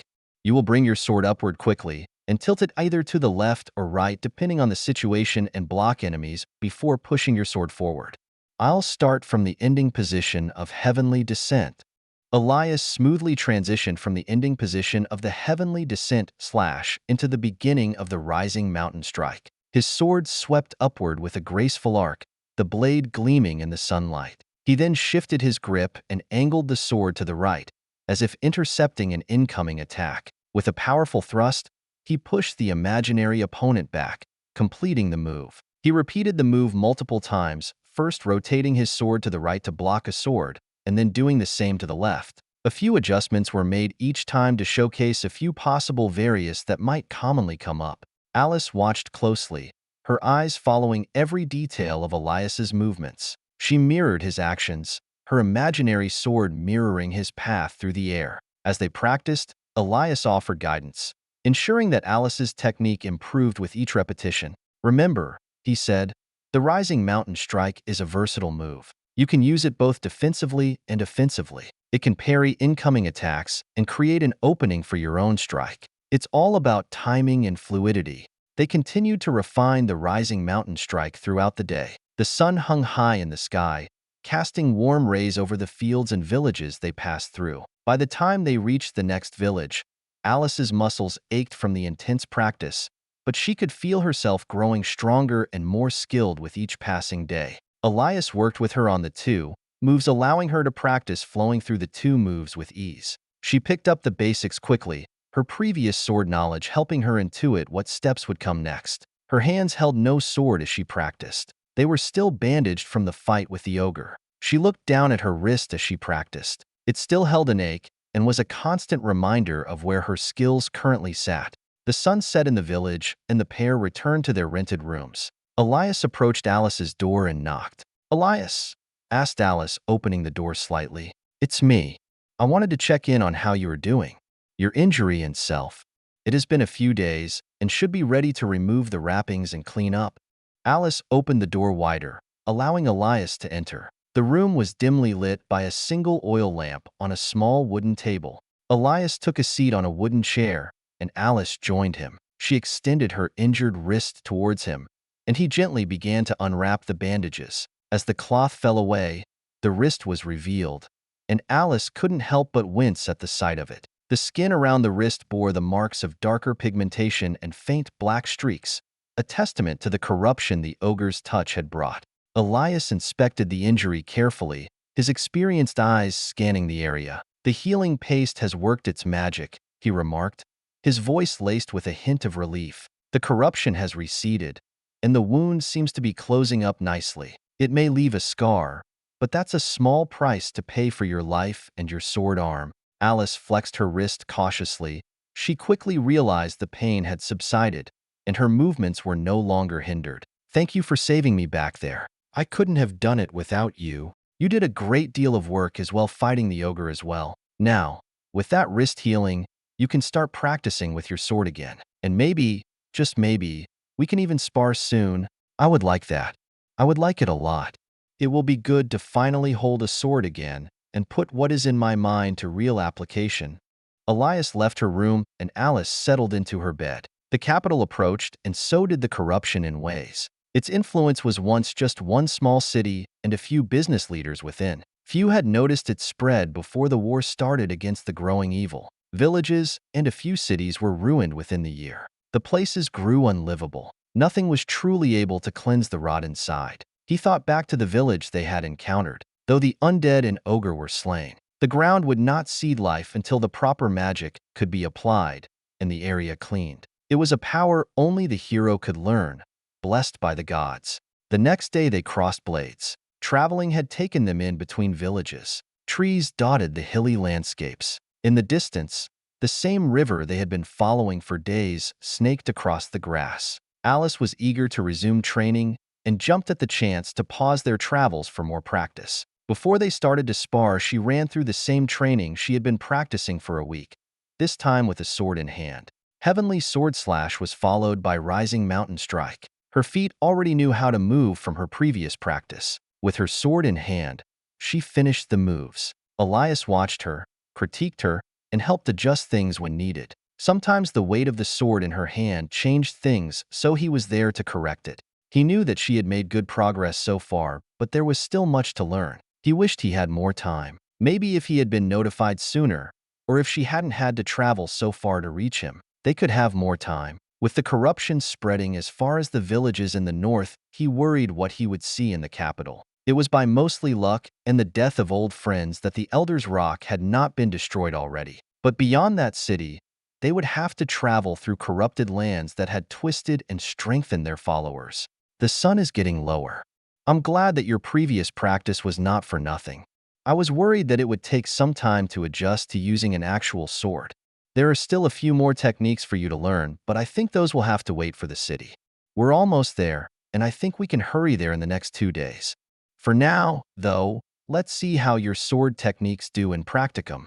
Elias drew his sword and took a step forward. He circled Alice and settled into position opposite her. She turned her sword to him, ready to fight. With a determined look on her face, Alice tightened her grip on the hilt of her sword. She had come a long way, and she was determined to prove herself to Elias. Elias, on the other hand, maintained a calm and focused demeanor. He knew the dangers that awaited them beyond the villages, in the corrupted lands where the followers of darkness had grown in strength and twisted power. He waited for her approach. With a sudden and swift movement, Alice lunged forward, his blade slicing through the air toward Elias. He reacted quickly, deflecting her strike with a resounding clash of steel meeting steel. The force of the impact reverberated through their arms, but both stood their ground, determined not to yield. Alice attacked with the Heavenly Sword Slash, but the attack slipped off Elias's blade like water. His blade twisted and then turned into the Rising Mountain Strike.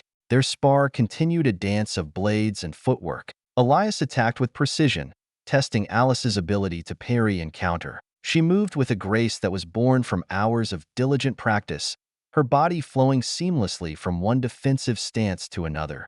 Despite the intensity of their bout, Elias was careful not to overwhelm Alice. He wanted her to gain confidence, not feel discouraged. He feigned attacks, allowing her to successfully defend herself, but occasionally slipped in a challenging move to keep her on her toes. Time seemed to blur as they fought, their breathing synchronizing with the rhythm of their blades. The landscape around them faded into the background. The late afternoon turned to evening as another day passed in their journey. 11. Reaching the capital. The next days passed without Alice and Elias practicing their sword skills. As they approached the capital, the river they traveled by grew wider, and other rivers merged with it. It continued to grow until the water reached a large lake. The lake was a bright blue in the afternoon sun. Surrounding the lake stood many houses, including large mansions. In the lake, boats filled the lake, taking their time to fish the water and find other treasures of the sea. Carts passed them by, and the branching streets were teeming with activities. Enclosing the houses on the lake were short, wide businesses, while the mansions watched over the small city. Together, Alice and Elias rode into town. Near the center of the lake was a small island. It jutted out of the water, and filling the entire space was a large tree. Vines dropped down from its branches. Leaves speckled the tree, leaving some of the tree barren. "The city is looking good," said Elias.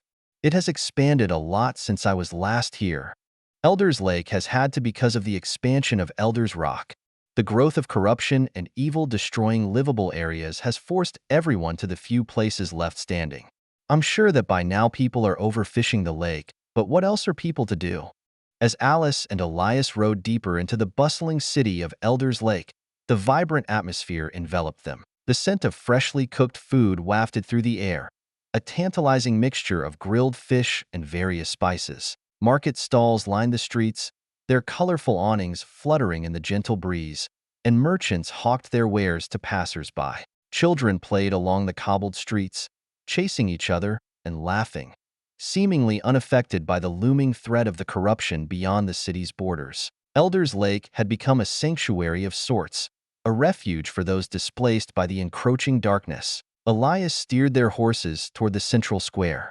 They rode along the main road. It cut through the central square and past the lake. The road then started to wind around a large forest as it rose in elevation. Once it passed through the forest, they would reach Elder's Rock. They slowed as they passed through the businesses that neared the edge of the forest. Elias pulled his horse to a stop. "Why are we stopping?" asked Alice. "We are almost to our destination. I wanted to pick up a few things before we hit the capital. It is usually cheaper here. There is also one thing for us to discuss, something that I am not sure you have given much thought to.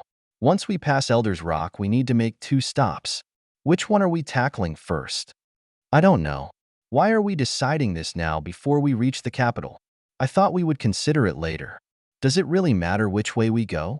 Why don't you choose?" As the hero, your views are more significant than mine. In theory, going for the witches or the sword temple first should not matter. It is up to interpretation which of our tasks should be handled first. I do have some thoughts on the matter, but it is your interpretation and decision that matters in this case. Then what are your thoughts on this matter? "Well, Alice," he began, "I've been pondering this for quite some time, and I believe there are compelling reasons to visit the Witch Coven before venturing to the Sword Temple. Firstly, the Witch Coven has been known to possess a unique and ancient magic called sword breath. This power has been passed down through generations, and it could be a tremendous asset for us.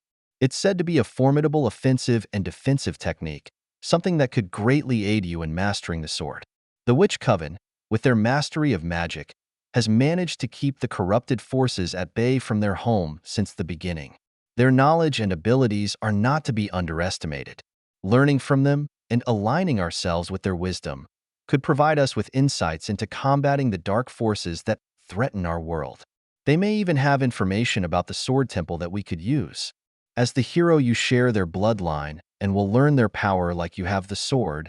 Alice nodded in agreement. "All right, Elias, let's go to the Witch Coven first. I trust your judgment, and it does seem like the wiser choice." The pair finished tying off their horses and stepping into the nearby store. Inside, Elias negotiated prices for equipment, including new whetstones and fire starters. Quickly returning to their horses afterward, they returned to their journey. Many people passed them on the road. This late in the afternoon, carts were being pulled with goods from the capital. The road they traveled was well made and maintained. Shoes and wheels had worn down some spots, but none of it was cracked or sprouting weeds.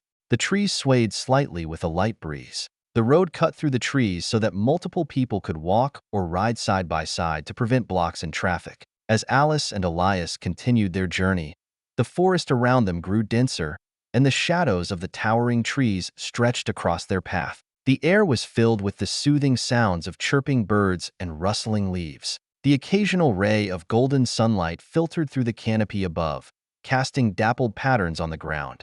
After an hour, they reached the edges of Elder's Rock. Stone walls rose out of the trees. The forest around them rose in elevation. As they got closer, they got a better view of the Elder's Rock, which the capital got its name. Jutting wide out of the forest before a long drop stood the palace, sitting on a sparkling slab of rock. Surrounding the rock were many buildings that kept the forest at bay. The area the city encompassed doubled that of Elder's Lake. A mix of ancient buildings and newer buildings filled the city. Tall towers poked out at the edges of the surrounding walls.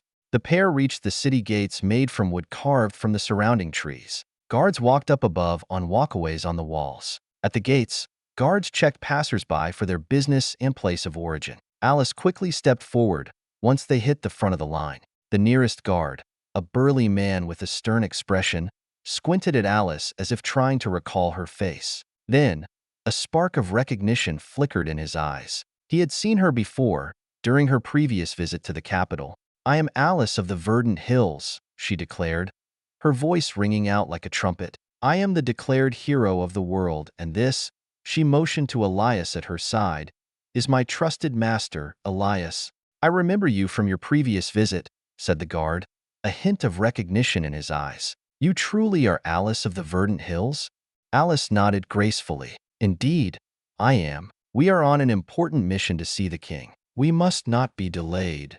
The guard, now convinced of Alice's identity, signaled to his fellow guards to step aside. "Very well, Alice of the Verdant Hills and Master Elias," he said with a respectful bow. "You may proceed to the king's palace. However, I must escort you there to ensure your safety." Alice inclined her head in agreement, and the guard led them through the bustling streets of Elder's Rock. The city was a testament to both natural beauty and human craftsmanship. Ancient buildings with ivy-covered walls stood side by side with newer, grander structures adorned with colorful banners. "I don't remember you mentioning that title before," whispered Elias. "It is largely an irrelevant title describing my hometown, though it is the appropriate title for the official business that we are on. I guess I could have gone with the full title of Alice of the Verdant Hills, Hero of Tamora, but that is overly long. I also distinctly remember that you said that you didn't want attention and another full procession of sorts in the capital. Something about enjoying your anonymity," he whispered back. "That is something true elsewhere outside of Elder's Rock, and perhaps Elder's Lake too, but I've already visited here before. People know my face here." King Zachariah presented me to the masses. It was back before I realized the exact agency I wielded. Even now it feels weird to be the hero. It is the part one have to play, however. I have to wave my hand in the air and present a strong front of confidence in front of the residents of this city. The only remaining city left before we travel south. Don't worry, we will only need to stay a day or two. The king will want to formally anoint you as the sword master according to prophecy. Afterward, we will be able to leave and continue on our journey. He will also likely appoint a new follower to join us on the journey, a minder to watch over his interests and his investments in us. It will also help the general populace feel like the king is helping us beyond the most basic of needs. Having a direct follower or followers join us will present opportunities for stories to be recorded and then exaggerated by all the singers. Just what I need. A song to be made about how interestingly dull our travels can be. 12. The castle.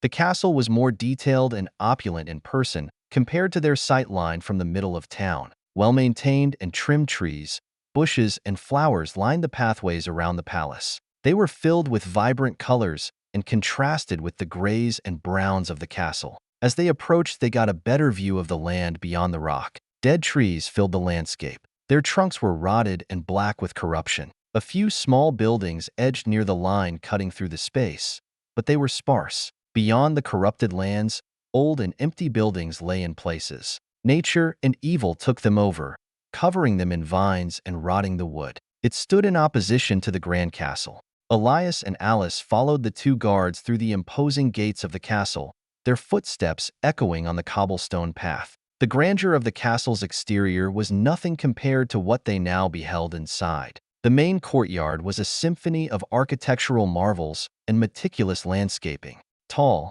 majestic towers soared into the sky, their turrets crowned with fluttering banners bearing the royal crest. Gargoyles perched on the corners of the buildings, their stony eyes watching over the inhabitants below. The walls were adorned with intricate carvings and stained glass windows that filtered sunlight into a kaleidoscope of colors. As they walked further into the castle, they passed under a grand archway adorned with ornate, wrought iron gates. Beyond lay a lush garden filled with exotic plants and fragrant blooms. A network of cobblestone pathways crisscrossed the garden, leading to hidden alcoves and serene fountains. Birds chirped in the trees overhead, creating a tranquil atmosphere in stark contrast to the corrupted lands they had left behind. The guards led Elias and Alice through a grand hall, its walls lined with suits of armor and paintings of past monarchs. The air was cool and tinged with the scent of polished wood and ancient tapestries. Elaborate chandeliers hung from the high ceiling, casting a warm, golden light that danced off the polished marble floors. They passed by a vast dining hall with a long, polished oak table that could easily seat 100 guests. A massive fireplace dominated one wall, its flames crackling merrily, and above it, a tapestry depicted a heroic battle scene. The room was filled with rich tapestries and large, intricate paintings that seemed to tell stories of a previous era. Finally, the guards led Elias and Alice to a set of double doors at the end of a long corridor. These doors were embellished with the royal emblem, carved in intricate detail, and gilded with gold leaf. The guards paused, turned to Elias and Alice, and nodded. It was clear that they had arrived at their destination, the king's chamber.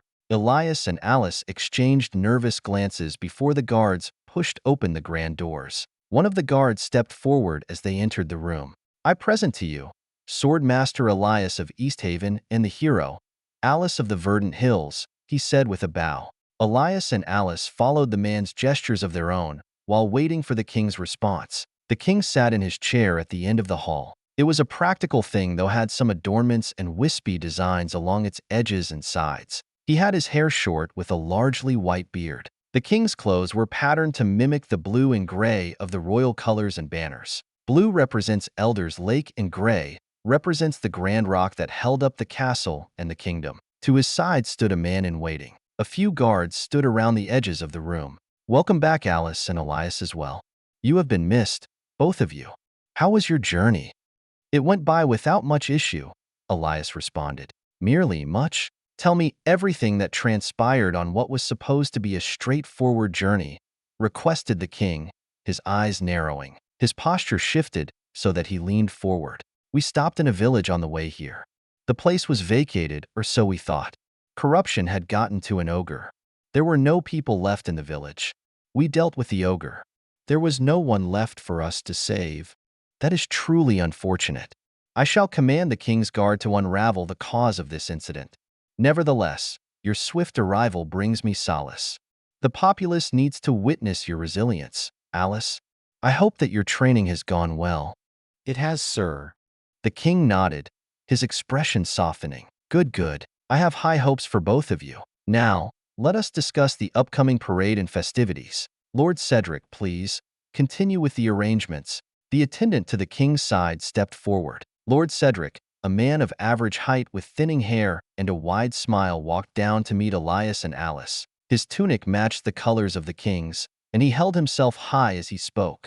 "Indeed, your majesty," Lord Cedric said, bowing slightly. "The parade, set for the morrow, will traverse a meticulously planned route through our city's heart. The people are eager to see their hero again, and we have arranged for you to stay in the castle for the duration of your visit." Alice nodded in agreement, her enthusiasm for the upcoming events evident. "We're looking forward to it, Your Majesty. It's an honor to be here and to have the chance to meet our fellow citizens." The king smiled warmly. "I'm glad to hear that. The parade shall be a magnificent festivity, a splendid chance for you to forge bonds with the people who eagerly await your return. They have been eager for your return ever since you left to hone your skills."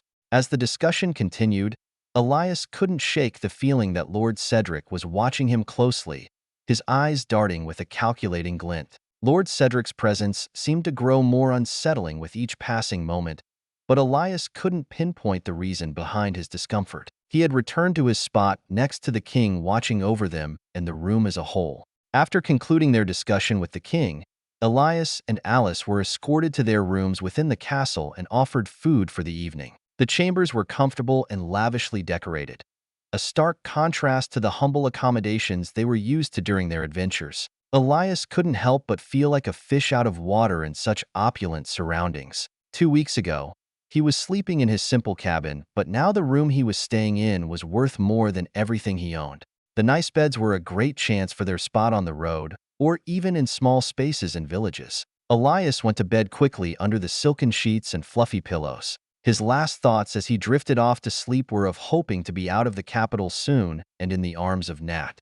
Elias was woken early in the morning by servants of the king. He ate and bathed before he was given new clothes to wear. The food was humbly presented, and the bath made him feel more refreshed than he had in weeks. The clothes were in the traditional city style with the blue and gray colors of the king. The day of the grand parade had arrived, and Elias couldn't help but feel a mix of excitement and anxiety. As Elias adjusted the finely tailored attire, he couldn't help but admire the craftsmanship and the rich fabrics. The servants had helped him dress, which felt strange. In the back of his mind, he still wished that they could just go on their way and start their journey to the Witch Coven. But this could no longer be avoided. Alice, too, looked resplendent in her gown, which flowed gracefully as she moved. They met in the corridor outside their rooms, both wearing expressions of awe. "You look incredible," Elias said to Alice, a genuine smile crossing his face. "Right back at you," she replied, her eyes sparkling with excitement. "Are you ready for this?" Elias took a deep breath. "As ready as I'll ever be. Let's put on a show." As they made their way to the courtyard, the energy in the castle was palpable. The entire city seemed to have come alive, with citizens eagerly lining the streets to catch a glimpse of the heroes. Trumpets blared, and colorful banners fluttered in the wind. The royal guards, clad in their gleaming armor, formed an impressive honor guard that led the procession. The king, resplendent in his royal robes, joined Elias and Alice, flanked by Lord Cedric and other dignitaries. Elias noted the persistent, scrutinizing gaze of Lord Cedric, seemingly measuring every detail. It was as if he was trying to discern something hidden beneath Elias's exterior. He still watched from the king's side. 13. The parade. The parade began, and the streets were filled with cheering crowds. Elias and Alice waved to the people, their faces breaking into genuine smiles as they saw the joy and admiration on the faces of those they passed. It was humbling and overwhelming to be the center of attention at such a grand event. As they moved through the city, Elias couldn't help but feel a sense of disconnection. The grandeur of the occasion clashed with the simplicity of his past life, but he knew that this was part of their duty. He was the sword master to the hero, a role that he was determined to fulfill. As the parade reached its climax at the city's central square, Elias and Alice were invited to join the king on a raised platform. From there, they addressed the gathered citizens, expressing their gratitude for the warm welcome and their commitment to serving the kingdom. The cheers that erupted from the crowd were deafening, and Elias couldn't help but be moved by the genuine affection of the people. They smiled and waved, eager to see and be part of something that would bring a new era to the city. Elias watched from the raised platform. The central square gleamed in the light. He looked over to Alice and then to Cedric. The man's demeanor had changed. His once easy smile had transformed into a tight-lipped grimace, eyes flickering with a trace of bitterness. It was then that the king started to speak. King Zacharias stood at the center of the platform, his regal robes billowing in the gentle breeze, his voice carrying with authority. The people fell silent, their eyes fixed on their beloved monarch.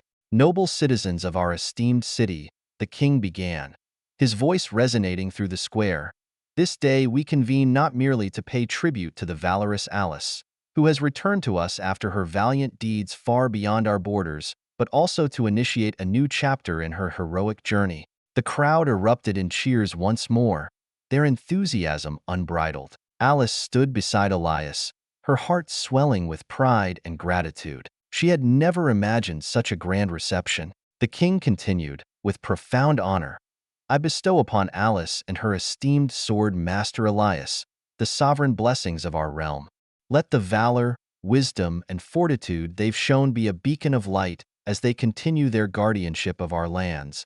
As he spoke these words, the king dipped a golden scepter into a goblet filled with fragrant oils and anointed both Alice and Elias on their foreheads. The crowd watched in awe as the sacred oil glistened on their skin, a symbol of their divine calling. But the grand ceremony was far from over. King Edmund turned to the side and signaled for someone to step forward. The crowd's curiosity swelled as a young man, dressed in fine attire and matching the king's colors, walked up the steps to join the anointing process. "Sir Thompson, son of Lord Tiberius," the king said, "after a week of rigorous trials and tests, you have proven yourself worthy of a unique honor. You have been chosen by me to join our hero Alice and her loyal sword master Elias on their noble journey. With your skills as a crossbowman and your noble lineage, you shall be a valuable addition to their team." Alice looked intrigued, but not surprised at the announcement. Elias looked over to Thompson and then back to Lord Cedric. The shadows of his frown deepened,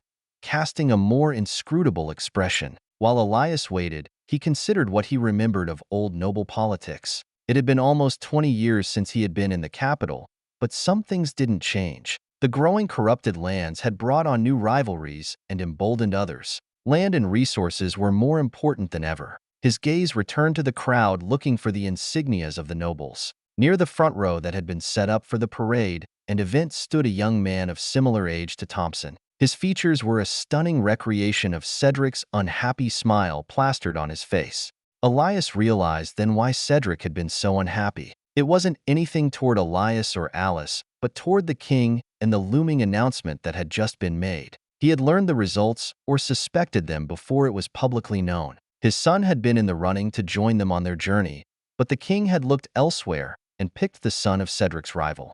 Alice seemed to have noted the pair's disappointment as well but had moved on to other matters. He realized that he should too. She was playing to the crowd now that most of the ceremony was over. Thompson shook her hands and those of the king. Elias followed suit. Both Elias and Alice were given time to speak. He kept his short while noting the eyes on him both in the crowd and the ones behind him. Alice's speech was much more grand and longer. Elias considered as it went on that she likely had prepared for the speech and had it ready for her return to the capital. When they both finished, Thompson stepped up to make a succinct speech. In it, he declared his love for the city and all of Tamora. He ended by stating that he hoped to make them all proud. The parade came to a close with the king leading the procession back to the castle. As the parade made its way back to the castle, the atmosphere was electric with a mixture of excitement, curiosity, and a hint of tension. Alice, Elias, and Thompson walked side by side, acknowledging the cheers and well wishes of the crowd. The people of Tamora were proud of their heroes and their new addition, Sir Thompson. Elias couldn't help but feel a sense of responsibility. He knew that the journey ahead would be fraught with danger, and having another skilled member like Thompson would undoubtedly be an asset. But there was still much he needed to learn about their new companion.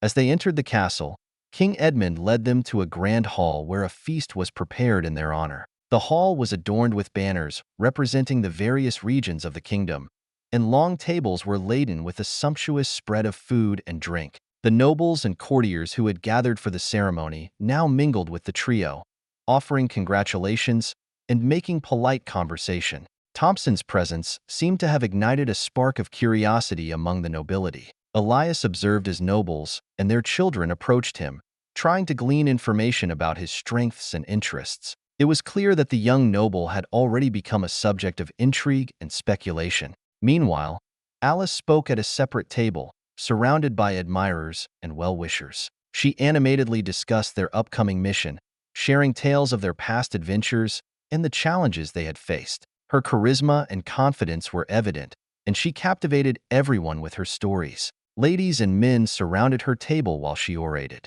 Elias engaged in a discussion with Lord Cedric, whose thinly veiled disappointment over Thompson's role was apparent. Cedric's expression was a mixture of forced politeness and lingering frustration, but he engaged in the conversation nonetheless. Elias, I confess, Cedric began.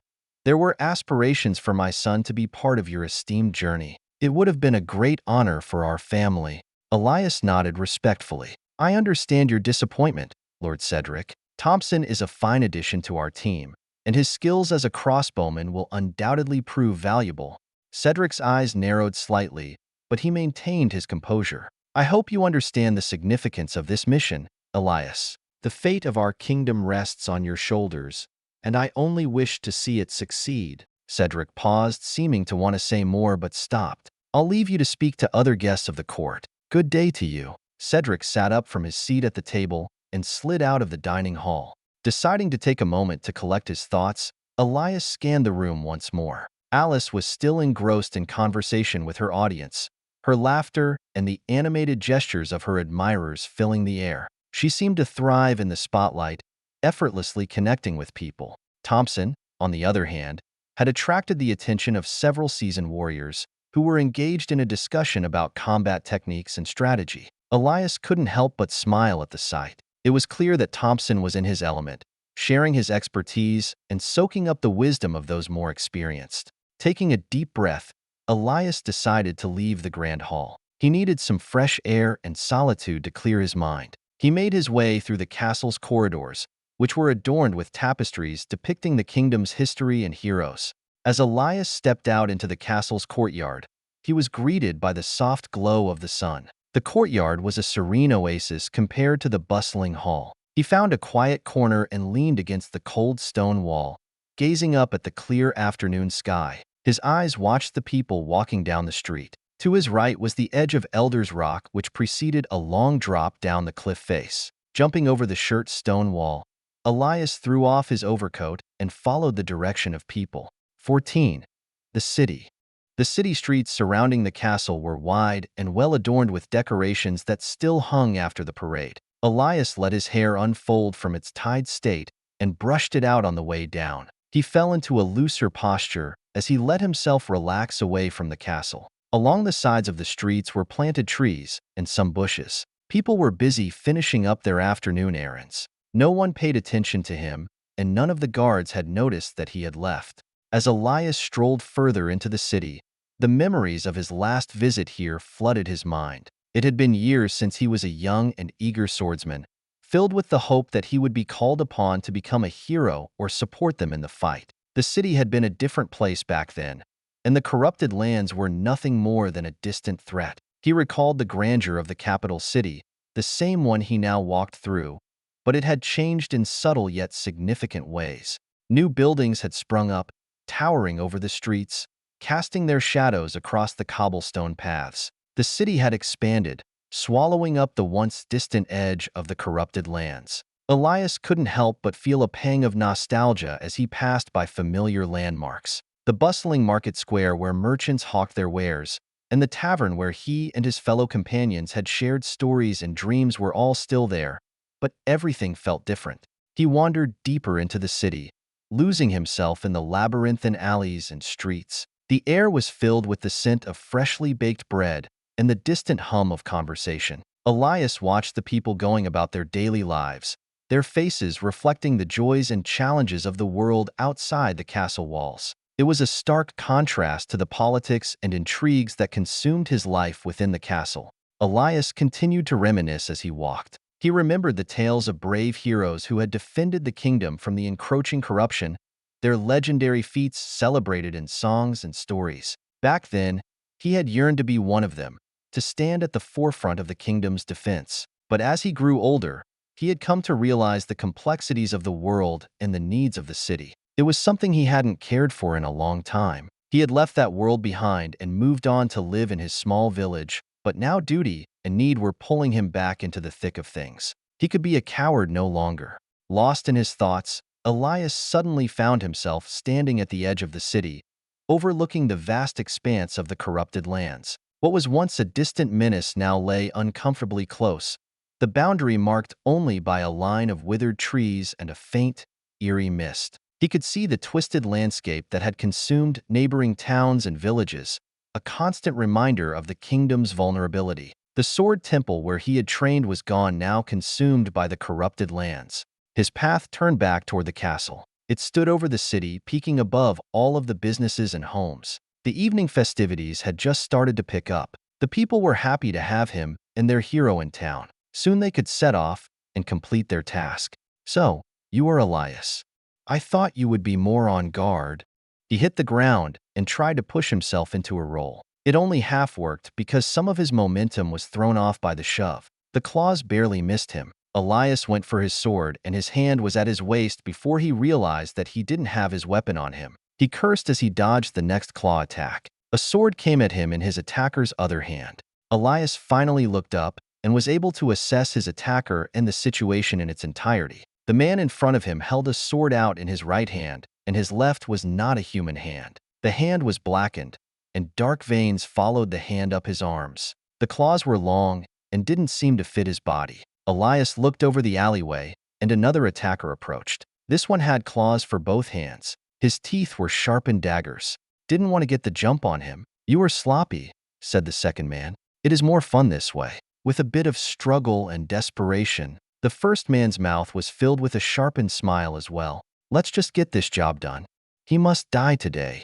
Elias felt a cold shiver run down his spine as he realized the dire situation he was in. These men, or whatever they were not ordinary adversaries. He needed to think fast and come up with a plan, or he would meet his end on this alleyway. As the two attackers closed in on him, Elias decided to use his agility to his advantage. He continued to dodge their strikes, narrowly avoiding the razor-sharp claws that reached for him. He knew he couldn't keep this up for long.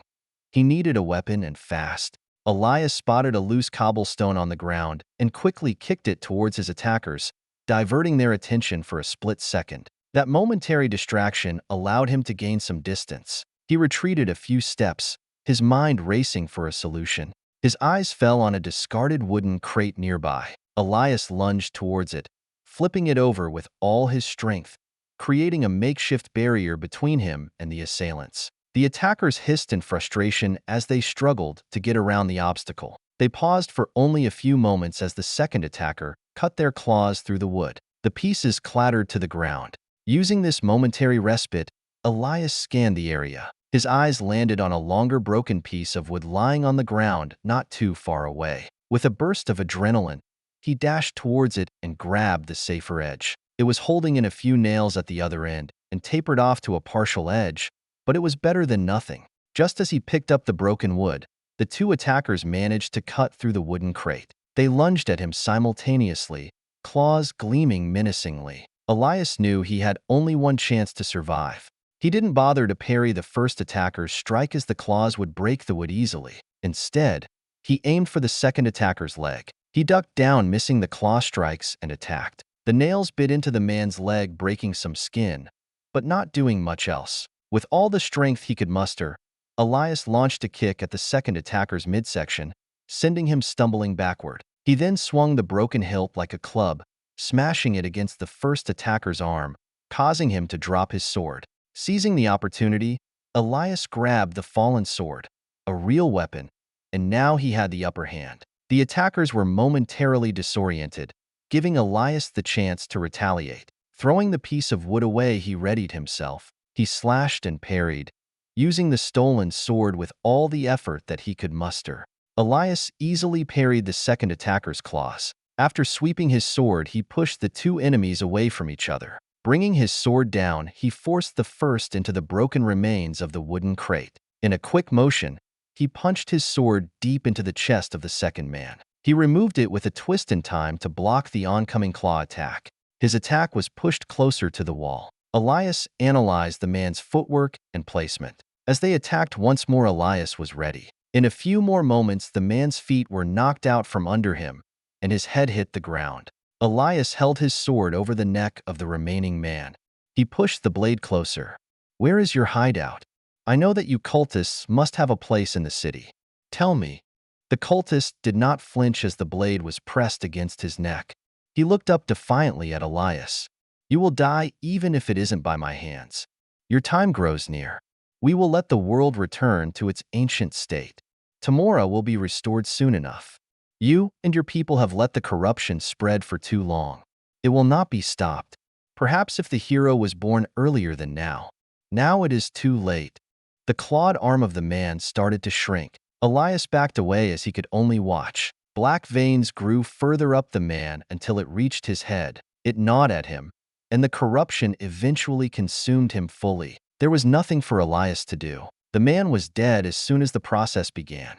15. The corruption cultists.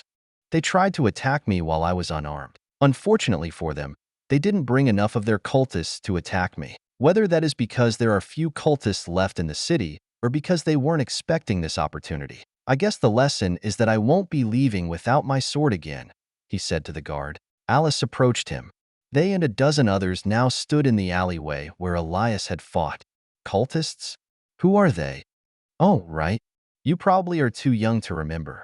The corruption cultists are a radical end-times group. They believe that letting the world be consumed is the right thing. It will bring about a cleansing of the world of some sort. Years ago, I helped fight against them. The war, now long ended, was largely to root out and fight their forces and stop the creatures they helped bring about.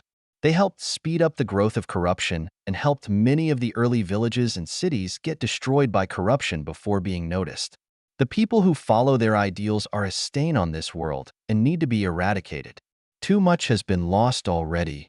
More people had started to gather around as guards attended to the cleanup of the scene. They would look for clues now that they had taken Elias's statements. He looked at the people around the street. "Sorry, I got carried away. Let's get back to the castle. If there is anything you or the king want to know, then we can discuss it there. By the look of things, I may have missed dinner as well." That you have. Elias and Alice made their way back to the grand castle. The sun had already dipped below the horizon, casting long shadows over the city as the streets came alive with the soft glow of lanterns and torches. Inside the castle, they were greeted by the vigilant guards and servants who had been anxiously awaiting their return. The news of the cultists' attack had spread like wildfire, and the atmosphere was charged with a mix of fear and determination. The king had already been informed and was waiting for them in his chambers. Alongside the king, Lord Cedric and Sir Thompson had joined them. Elias, Alice, King Zacharias spoke, his voice calm but tinged with concern. Tell me you have emerged unscathed from this ordeal? We are, Your Majesty, Elias replied with a respectful nod. But the cultists have resurfaced, and their numbers may be growing. They attacked me while I was unarmed, likely hoping to eliminate a threat. Fortunately, they were not numerous enough to succeed.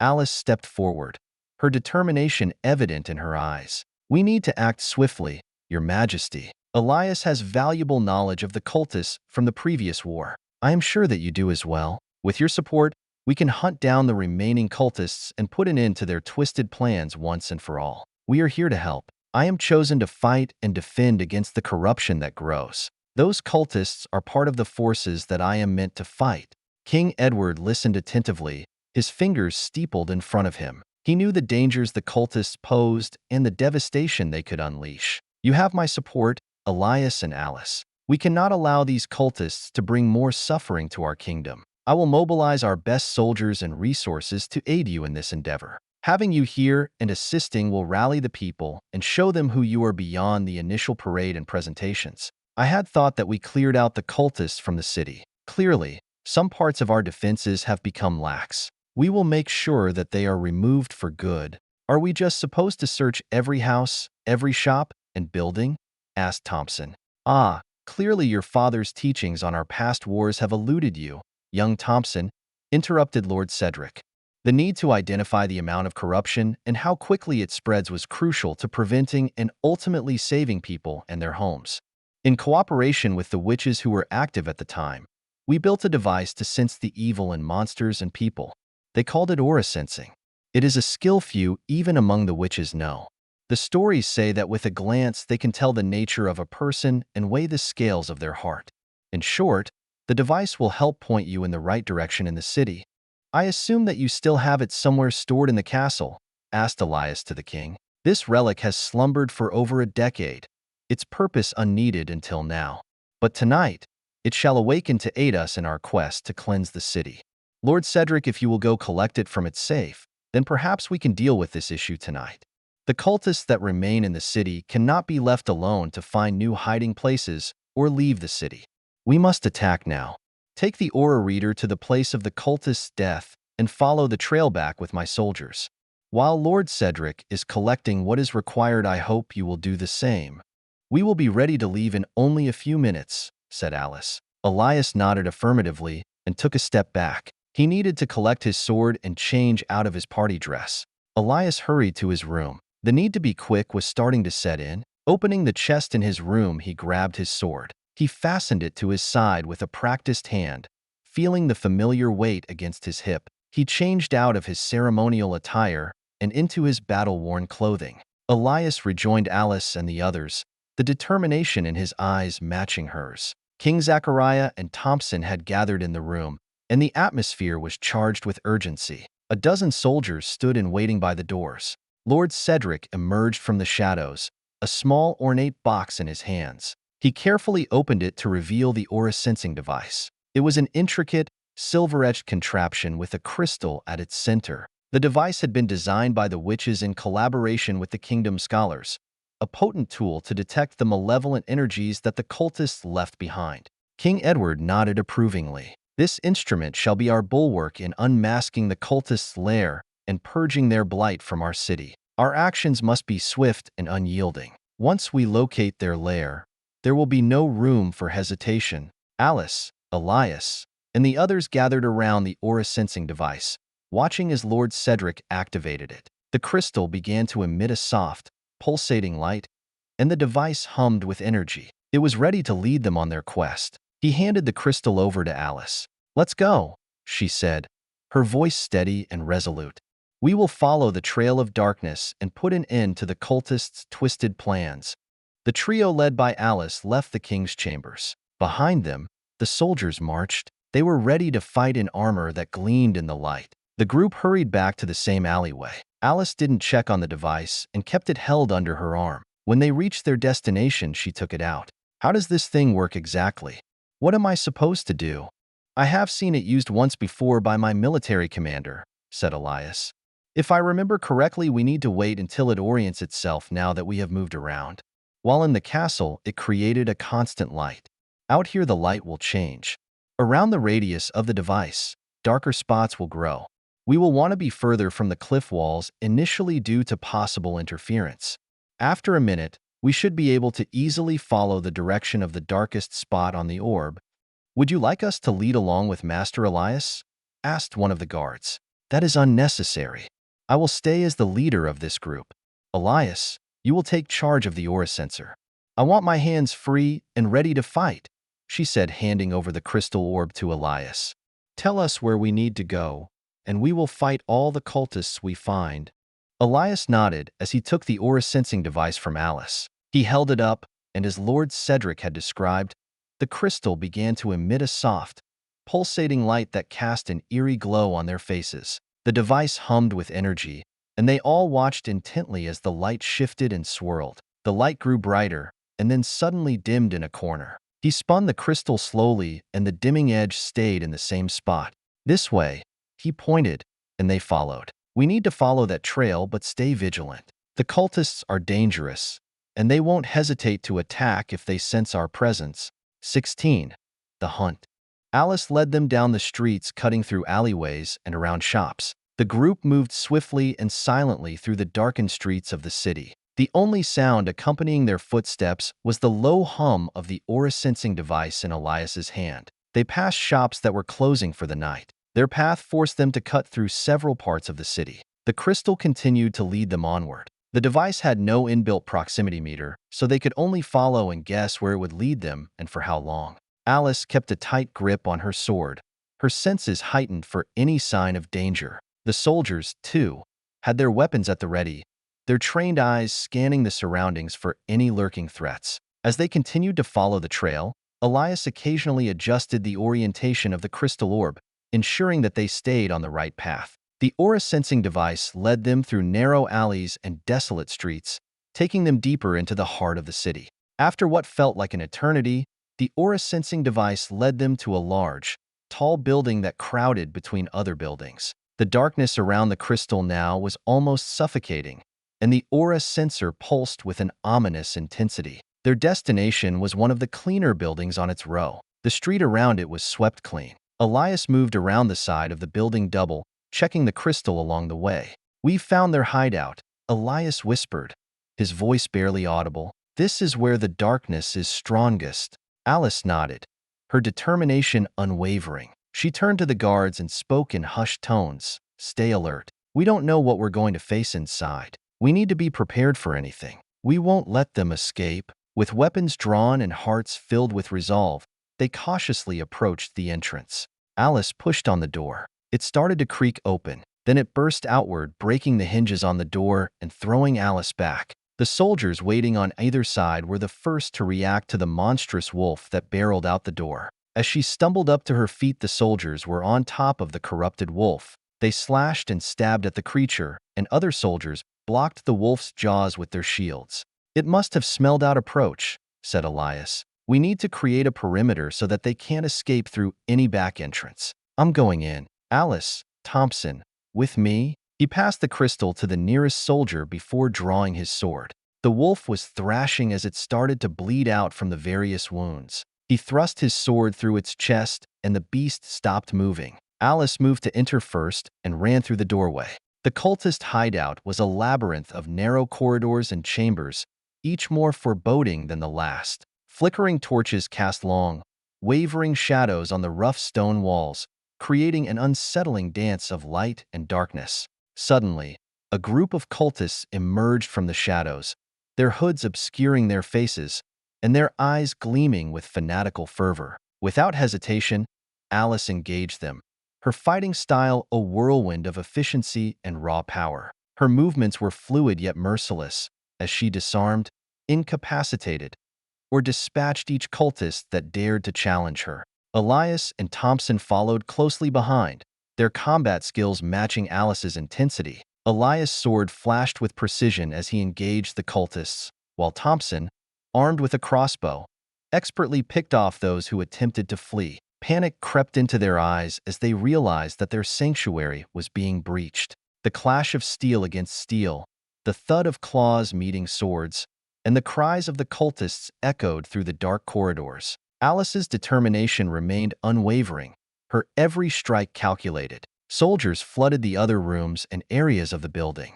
They provided support and began searching other areas of the building for people and information. Anything they could use to figure out the plans of the cultists was seized. As the battle raged on, the soldiers outside secured the perimeter, ensuring that none of the cultists could escape. Alice was quick to dispatch her enemies. Thompson often pinned them down with a well-placed arrow before she killed them. She motioned for Elias and Thompson to follow her as she ventured further into the labyrinthine corridors.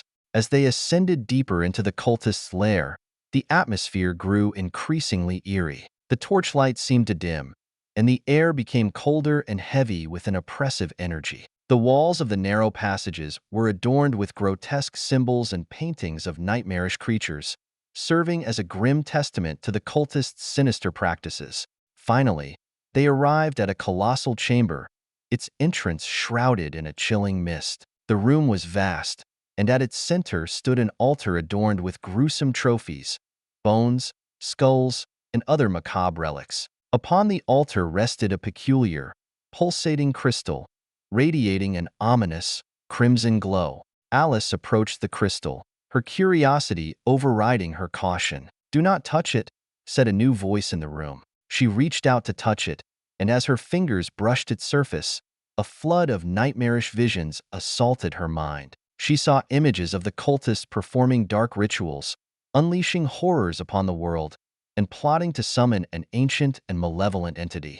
With a shudder, she withdrew her hand from the crystal and turned to her companions. The ritualistic item crumbled to dust. "This is it," she said, her voice tense with urgency. "This is what they've been using to corrupt the artifacts and weapons."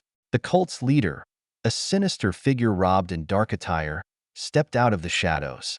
His eyes were filled with desperation as he beheld Alice, Elias, and Thompson standing before the fallen crystal. He looked at Alice and then back to the destroyed crystal. "What have you done? It is gone. The crystal should not be destroyed by your touch. You have doomed me." Elias watched the man carefully. Already the man's eyes were growing darker and his skin paler. "Kill me now before I die an even worse death." Before the cult leader could utter another word, her blade descended, silencing him forever. The chamber grew ominously silent as the cult leader's lifeless body crumpled to the ground. "We could have asked him more questions," said Elias. "He was eager to speak." "It doesn't matter. He was dying soon to the overrun of corruption in his body. We have the information we need from the stuff in the building. His followers will be able to tell us everything else we can't find out. Unless they are already dead," said Thompson. "I'm ready to head back," said Alice. "The soldiers can deal with the rest here. We have played our part. I need to get ready for our trip tomorrow. If you've got anything else to finish in the city, then try to have it done by the morning light." With that, Alice sheathed her sword and left the room, leaving Thompson and Elias alone. Soldiers entered the room looking around at the different items. Elias followed their gaze to the body, items, and crystals that were now dust on the floor. "She is probably right, you know. Let the others take care of this cleanup," said Thompson. Thompson nodded, his gaze still fixed on the remnants of the shattered crystal. "Yeah, you're right," he finally replied, his voice heavy with exhaustion. Together they left the large room and walked down the stairs. They weren't bothered by the soldiers. The bodies were starting to be moved and the signs of the fight were removed. Elias pushed past a soldier guarding the front door and blocking passers-by from looking in. As they stepped out, they saw that people were already starting to whisper and discuss what little they had learned. The raid on the building and the appearance of the King's Guard and Hero had not gone unnoticed. Despite the soldiers blocking the road, some of the commotion had cut through the quiet night. "Back to the castle, then?" asked Elias. Thompson nodded in agreement. "Yes, back to the castle. We need to report to the king about what we've discovered here. He'll want to know the details of the cult's operation and what we've learned from the items in that chamber." 17. Leaving the capital. The sun shined over the city walls. Inside, the people were busy with work and chores. In the castle, Elias hurried to get his things packed. The king had laden them with extra items to bring along with them for their daily needs and in case of emergencies. His packs and those of his companions were loaded onto their horses. Thunderstruck was none too happy to have the packs on their back, but was satisfied at least by the fact that their troop would be leaving once more. Their leaving was a quieter affair. Surrounded by guards, the king, and a few nobles, they prepared to leave. The trio would not have any carts to go with them. The terrain is too inhospitable and run down for it to be feasible. Perhaps if they took the journey years ago, the path would be nicer. Now, though, the corruption had overrun the foliage and knotted the paths over with obstacles. The street was busy with traffic while they loaded up. Food stalls and carts were starting to line the streets. Other businesses opened up their doors, and the early morning shoppers entered. People passed by and whispered their recognition of Alice and the others, but did not bother them. We should make good time today. The first leg of our journey is crucial. We need to put as much distance between us and the city as possible before nightfall, said Thompson. We'll be okay. I'll guide us, said Alice. The trio hopped onto their horses. The items in their packs rattled a little bit. Guards followed behind them as they started riding rather ceremonially down the street toward the southern exit. It was a gateway rather closed off and unused. Beyond its doors was the trailhead to unused lands. The crowd grew a little larger as they approached the exit. Some had slowed down the watch. There was hope in their eyes, the need for them to succeed and for positive change to come. As they made their way through the crowded streets, Elias noticed a young boy standing near a vendor's cart. The boy's eyes were filled with curiosity as he watched the trio, but he made no move to approach them. Elias, however, felt a connection with the child. He dismounted Thunderstruck and approached the boy with a warm smile. "Hello there." Elias greeted him with a kind smile. The boy looked up, his eyes widening in surprise. "Hello, sir," he replied cautiously. Elias reached into his pouch and pulled out a handful of coins, offering them to the boy. "These are for you, young one, a token of hope for brighter days." The boy hesitated for a moment before accepting the coins, his face breaking into a grateful smile. "Thank you, sir. You're very kind."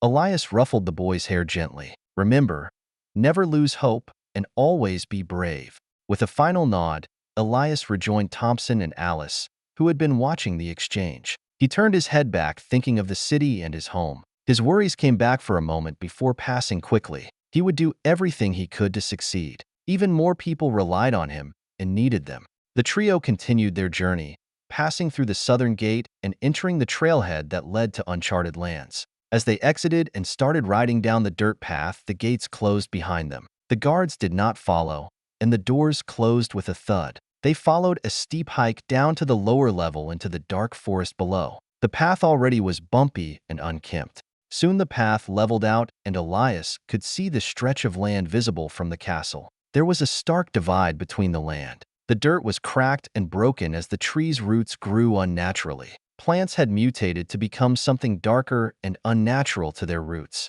An unsettling fog had set in throughout the forest. It blocked their view so that they could only see past a few trees before nothing. "How are we going to find our way through this place?"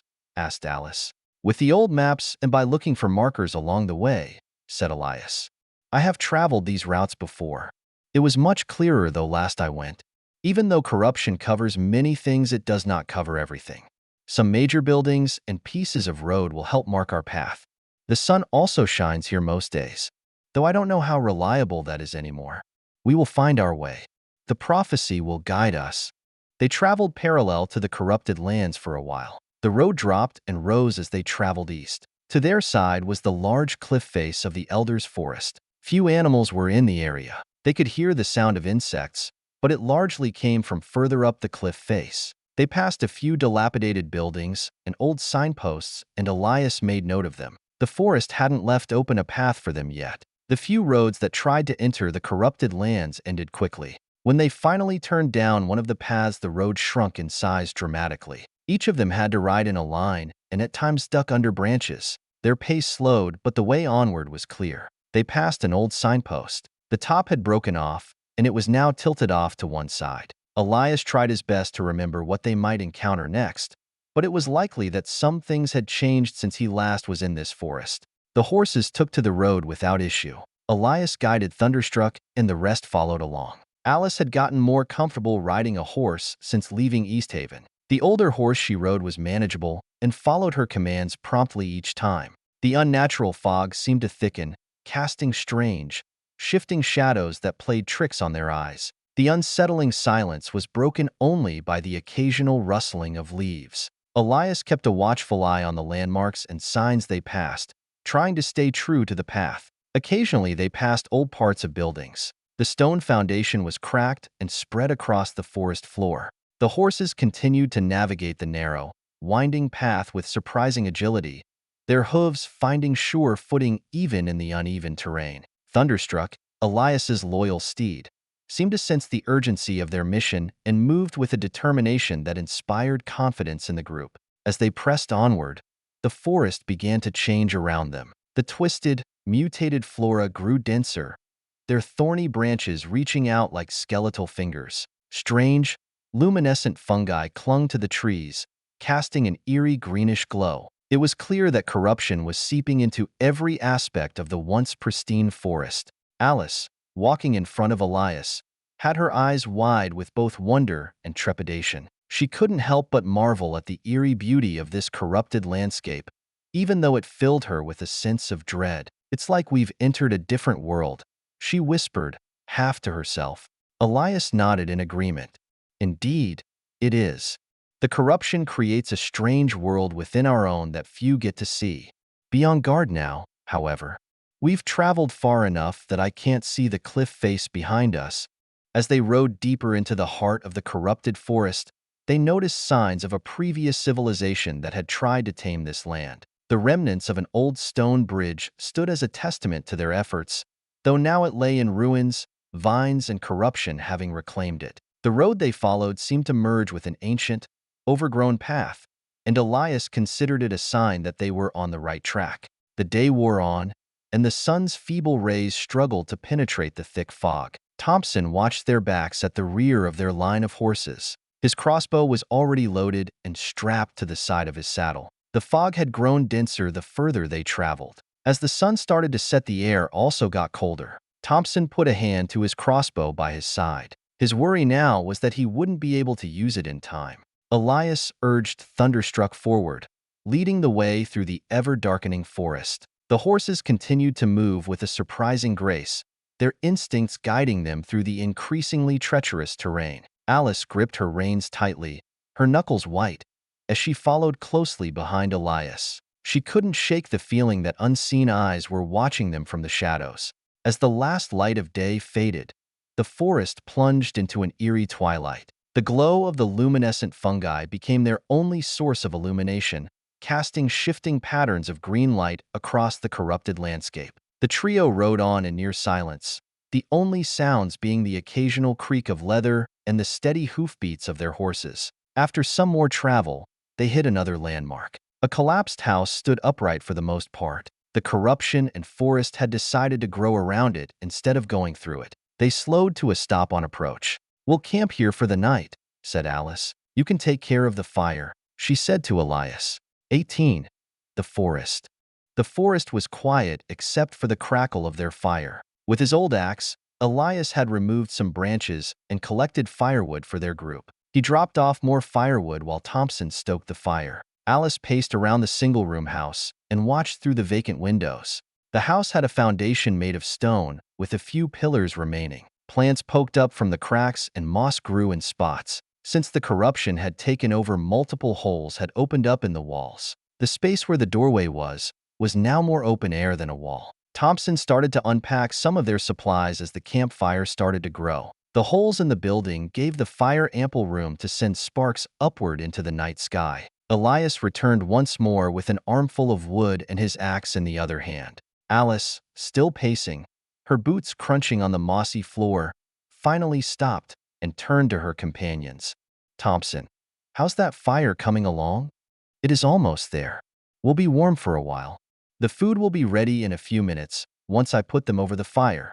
The trio settled around the campfire, their faces bathed in the warm, orange glow. It was a welcome respite from the looming darkness that surrounded them, a brief moment of solace in a land overtaken by corruption. The smell of cooking food began to fill the air as Thompson carefully placed their provisions over the crackling fire. With a deep breath, Alice spoke. "We'll take turns keeping watch tonight. Thompson, you take the first shift. Elias and I will get some rest." Thompson nodded, his eyes scanning the dark forest beyond the fire's reach. Get some food in you before you rest at least. You've barely eaten all day. Thompson grabbed a few pieces of food and held them out for Alice. She took the offered food gratefully, her hunger overpowering her anxiety for a moment. She chewed slowly, savoring the simple flavors. They continued in silence, the fire crackling and the shadows dancing around them. After their meager meal, Elias handed Thompson a makeshift torch to use as he took over the watch. The forest beyond the campfire was an eerie place at night, with strange noises and shifting shadows. Thompson nodded his thanks and took his position, casting his gaze into the darkness. "You didn't speak much on our ride here," said Elias. "None of us seem to be jumping into conversation on our way here," replied Thompson. "Then why don't we change that now?" said Elias. He looked back to the destroyed house. Alice had already started to settle in and had prepared her bedroll for the night. "We didn't speak much at the castle. I ran off to explore the city, and you know how that went. I guess I'll ask the obvious question, though it probably has been asked before. Why the crossbow over other weapons?" Thompson sighed, as if expecting the question as Elias anticipated. "I have tried archery. Got pretty good at it too. I can shoot targets from 500 feet away with no issue. The problem has been my speed of firing. My hands aren't always steady with a bow. I need both hands gripping the weapon to be a better shot. So, I transitioned early on to using the crossbow. I still now and then compete in archery competitions, but it takes forever for me to prepare my shots in comparison. I can't imagine that your father was happy to see you make that change. Didn't he set a few range records with his bow and kill counts?" "You're right, my father was a legend with the bow. He held numerous records, and his kill count was unmatched. He was proud of me when I showed promise with archery, and for a while, I trained rigorously under his guidance. But then," he paused, his eyes distant as if lost in the past. Elias waited patiently, sensing that this was a story that needed to be told. "Then came the incident that changed everything," Thompson continued, his voice tinged with sadness. "We were on a hunting trip deep in the woods, tracking a particularly elusive dashing moose. I had my bow, and my father, of course, had his. We finally cornered the beast, and that's when it happened." Elias stayed silent, not wanting to interrupt or talk about himself. "I took my shot, but it was a tough angle, and the arrow missed its mark. The creature, wounded but not dead, started to run away with the arrow buried in its side. I reacted on instinct, went for another arrow, and fired. I missed it again, and my father let me deal with it on my own. We chased it down for another hour. It took me a minute to line up my shot. My hand was so unsteady." His disappointment was clear. "Since then, I moved away from using the bow. Learning and living up to your parents can be a difficult thing," said Elias, finally deciding to speak. "I never really knew my dad. Nowadays, I can't remember much of his voice. He started to put me on the path of the sword, and I have stuck to it ever since. It is my path and my very life. It now feels wrong to not have my sword by my side. I hope that I have made him proud. I know that by now I am a much better swordsman, but there is also much I have had to do that he would despise." "How did he die?" "By doing something I don't have the luxury to do. He died in the golden or glory days of the kingdom. The biggest worries then were intercontinental and island relations between us and others. I don't know the exact details and have not tried to find out further. The guards that told me tried their best to tell a young me what happened. He died at the hands of a random killer. It was senseless and meaningless to the man. My father just happened to be in the wrong place at the wrong time. He could have chosen to attack the man and win, but did not. He always thought the sword was a weapon for defense, not war." "I'm sorry," said Thompson. He looked down at the ground and then into the forest. "It is fine. I've long moved on and accepted the fact that he is gone.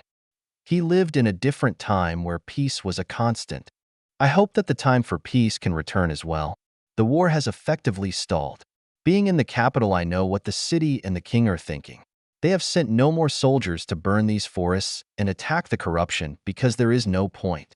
While they slept, the corruption grew anyway, either over or through them. The evil was harsher and more aggressive based on the stories back then. Now, though, it is happy to build itself up and grow slower. The capital and its people have given up. I've accepted this role, and this is my penance. Years ago, I was in the military while those battles were still taking place. We made some progress, but it was endless. We couldn't find the source of the corruption. Still haven't. I had my chance to help and contribute to this effort, but I stepped back and walked away. My sword master, Sir Callum, continued to fight.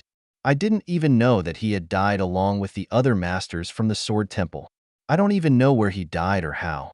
He was more brave than I.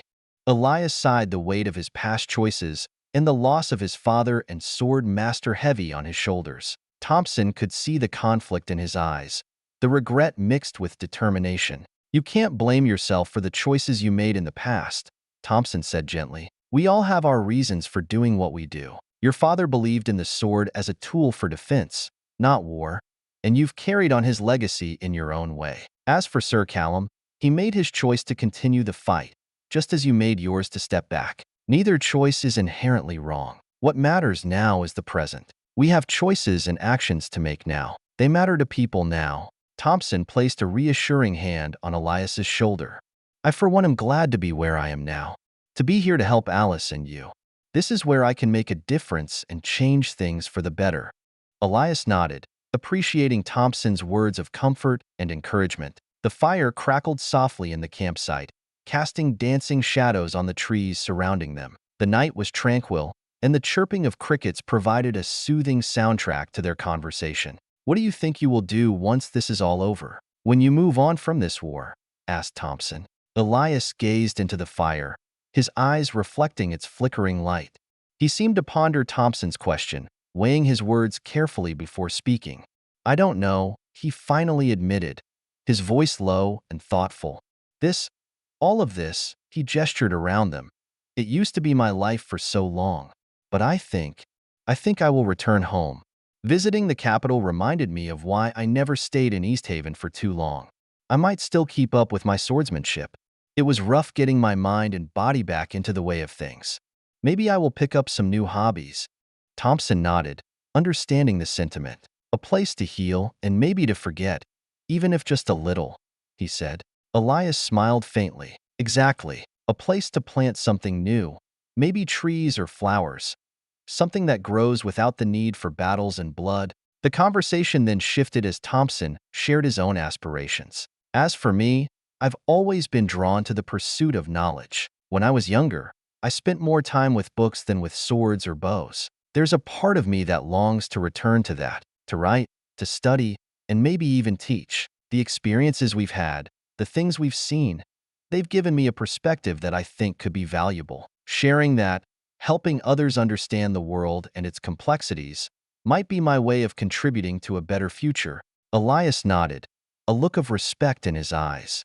That sounds like a noble pursuit, Thompson. The world will always need more wisdom, especially after everything that's happened. He paused for a minute as they sat in silence. I noticed at the capital the exchanges brought between your father, Lord Tiberius, and Lord Cedric. It was never my forte to understand the politics there. Have their rivalries been a recent thing, or was it always the case? Thompson sighed. It's a story that goes back many years, Thompson began, his gaze shifting from the fire to the starry sky above. Their rivalry started early in my father's life, a competition born out of youthful pride and ambition. My father and Lord Cedric were once close, believe it or not. They trained together and learned the ways of leadership and strategy as young men. But as they grew older, their paths diverged. Their competition was simple and childish at first, but it escalated as they assumed their respective roles. My father inherited the trade routes and economic responsibilities, and Lord Cedric managed vast farmlands and agricultural resources. Their differing approaches to leadership and governance only fueled the rivalry. When the war came, it changed everything. The war wasn't just a backdrop to their competition. It became a catalyst that transformed it into something more bitter and personal. Lord Tiberius lost significant trade routes and income streams due to the conflict, while Cedric's lands suffered greatly, losing large portions of his fertile fields. Thompson paused, his expression turning more solemn. The war not only devastated the land and people, but also deepened the rift between my father and Lord Cedric. What once might have been reconciled became irreparable. Each loss, each setback was felt deeply and personally. Elias, listening intently, nodded in understanding. That kind of rivalry, fueled by pride and loss, can be destructive. It's a sad thing when old friends become bitter enemies. Yes, and unfortunately, their rivalry didn't just affect them. It impacted those around them, including their families. I grew up in the shadow of this feud, competing with Lord Cedric's son in everything from academics to martial skills. It felt like our father's rivalry was passed down to us, an inheritance neither of us asked for but couldn't escape. It's a heavy burden to carry, the legacies of our parents. We try to forge our paths, but their shadows often loom large over us. Thompson nodded in agreement. That's true, Elias. But I believe we have the power to break free from those shadows, to choose our paths based on our values and beliefs, not just on what we've inherited from our forebears. Our journey here, fighting against the corruption, is proof of that. We're defining ourselves, not just as sons and daughters of our parents, but as individuals.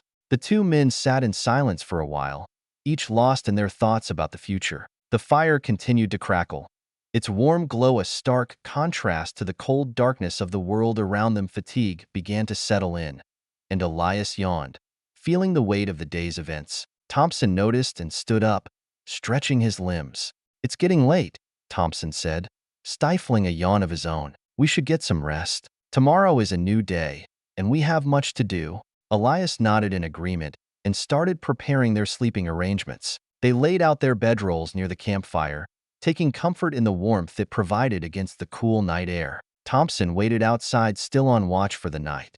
19. The days ahead. The days turned into a week, and the trio pressed deeper into the heart of the corrupted forest. The dense canopy of gnarled roots and spiked trees cast eerie shadows that seemed to grow longer with each passing day. Finding suitable places to rest each night became increasingly challenging, but their determination pushed them forward. Traveling through the corrupted lands was no easy task, but they knew it was their only way to reach their destination and reach the Witch Coven. As they ventured further from the capital, the forest gradually gave way to a desolate landscape. The once flourishing trees became scarce, replaced by muddy, waterlogged paths that made their journey even more arduous. Elias, ever the vigilant navigator, kept a watchful eye for any landmarks that might guide them through this treacherous terrain. But the forest's transformation had erased most recognizable features, leaving them to rely on instinct and the memories Elias carried. The twisted, color-drained plants that now dominated the landscape were an unsettling testament to the corruption that had gripped the land. Alice couldn't help but feel a shiver down her spine as she observed these bizarre creations of nature. The marshes, in particular, posed a formidable obstacle, forcing them to carefully pick their way through the muck in search of solid ground. Progress was slow, but they refused to be deterred. Their daily routine remained constant. Each morning and night, Elias set out in search of firewood, his keen eyes scanning the dreary landscape for anything suitable. Meanwhile, Thompson, ever the skilled survivalist, worked diligently to prepare the fire and cook their meager meals. Alice, on the other hand, had a range of responsibilities. She assisted in preparing their makeshift camping spots, ensuring their safety and comfort for the night. But her primary focus was on her swordsmanship. With Elias as her mentor, she honed her skills relentlessly, practicing her techniques with and without his guidance. In the evenings, as the dim light of twilight settled over their campsite, Alice and Elias engaged in friendly sparring matches. Their swords clashed and sang through the eerie silence of the corrupted forest, their movements swift and precise. Alice's determination and unwavering dedication began to pay off as she incorporated the new third move into her set. With each practice session, her confidence grew, and her swordplay became more fluid and deadly. The Eclipsing Void Strike is a sudden and deceptive sword technique designed to disrupt an opponent's stance and leave them vulnerable. It requires impeccable timing and precision to execute effectively, said Elias as he demonstrated the move repeatedly. To execute it properly, you need to momentarily coming to a brief halt with your blade as such. Then take a single, calculated step toward their opponent, closing the distance to this point with your blade feinting. Finally, in with a swift and precise strike. You will target a specific pressure point or joint on the opponent's body, aiming to disrupt their balance and stance. It is up to your judgment and experience to know where best to hit based on your opponent's injuries, previous moves, and other factors. Don't be afraid to switch between all three moves as needed and incorporate the other compatible sword moves that you have learned from the city guard.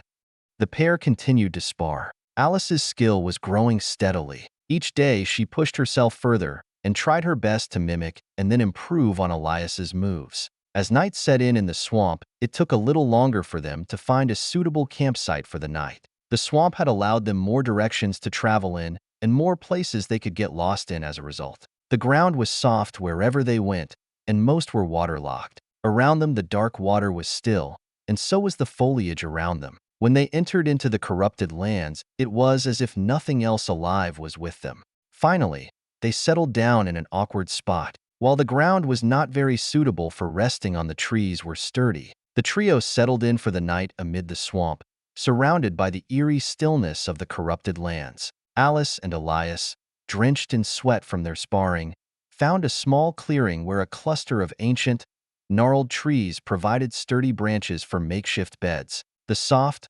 waterlogged ground beneath their feet was far from ideal, but the trees offered some respite from the treacherous swamp below. Elias used his well-honed survival skills to start a small campfire, its flickering flames casting eerie shadows on the twisted trees and murky waters around them. The warmth of the fire, while modest, provided a comforting contrast to the chilling embrace of the swamp's night air. He adjusted his pack and bedroll a few times as the fire started to die out. Sometime later, he finally fell asleep. Elias felt the rocking of a boat. His sword rested on his hip. "Grab the ropes, lad," said Sir Callum. "The sea beasts are approaching once more." The boat lurched. Around them, men in armor hurried about. Some on the upper decks took shots with their bows toward the water. Near them were several other boats, all trying to deal with the creatures in the water. Far beyond the boats were speckles of the mainland. Elias grabbed the ropes, and so did his master. He quickly began reedying them into knots. The captain, standing near the back of the ship, continued to bark orders. "Brace yourself," a voice echoed on the ship. Elias could see the ripples in the water and the changes on the other ships before their own were attacked. As Elias secured the ropes, the anticipation in the air was palpable. The sea beasts had plagued these waters for weeks, growing bolder with each passing day. No one knew where they had come from or why they had chosen this stretch of sea, but it was Elias and his fellow crew members' duty to protect the ship and its precious cargo. The captain's orders cut through the tension, his voice unwavering as he commanded, "Archers, be ready. Elias, Sir Callum, prepare to repel boarders. All hands on deck." Elias felt his heart race. He had been training for moments like these, but this was his first real test in the face of danger. As the sea beasts drew closer, their monstrous forms breached the surface of the churning sea. Elias could see their jagged scales glistening in the sunlight and the gnarled, barbed tentacles that extended from their maws. The forms had no clear end. They were unlike anything else he had ever seen. The archers on the upper deck released a volley of arrows, creating a wall of deadly projectiles that met the oncoming sea beasts. Some monsters were struck down, their massive bodies sinking back into the depths, but others continued their relentless charge. Elias drew his sword, its hilt feeling cold and reassuring in his grip. He exchanged a determined look with Sir Callum, his mentor, who nodded in approval. The two of them positioned themselves near the edge of the ship, ready to repel any sea beasts attempting to board. The first sea beast reared out of the water, its tentacles lashing like whips. Elias and Sir Callum leaped into action. With a swift strike, Elias severed one of the tentacles, while Sir Callum drove his sword deep into the creature's eye. The sea beast let out a deafening, otherworldly screech before plummeting back into the sea. Other swordsmen joined them on the sides. They stabbed and pushed the beasts back. A few of the men prepared torches and oil. Their boat rocked back and forth as the beasts hit the side. When the sea beasts hit the side, the fires were thrown. Shrill, discordant wails could be heard down below from the beasts. They hurriedly dove under the water to avoid the fire. Those that stayed above burned. Their skin sizzled with the inability to deal with the heat. Sir Callum was too focused on the nearby enemies to worry about what was happening with the ongoing fire team. He expertly slashed and cut down the beasts around him, each move he made with precision that the young Elias envious.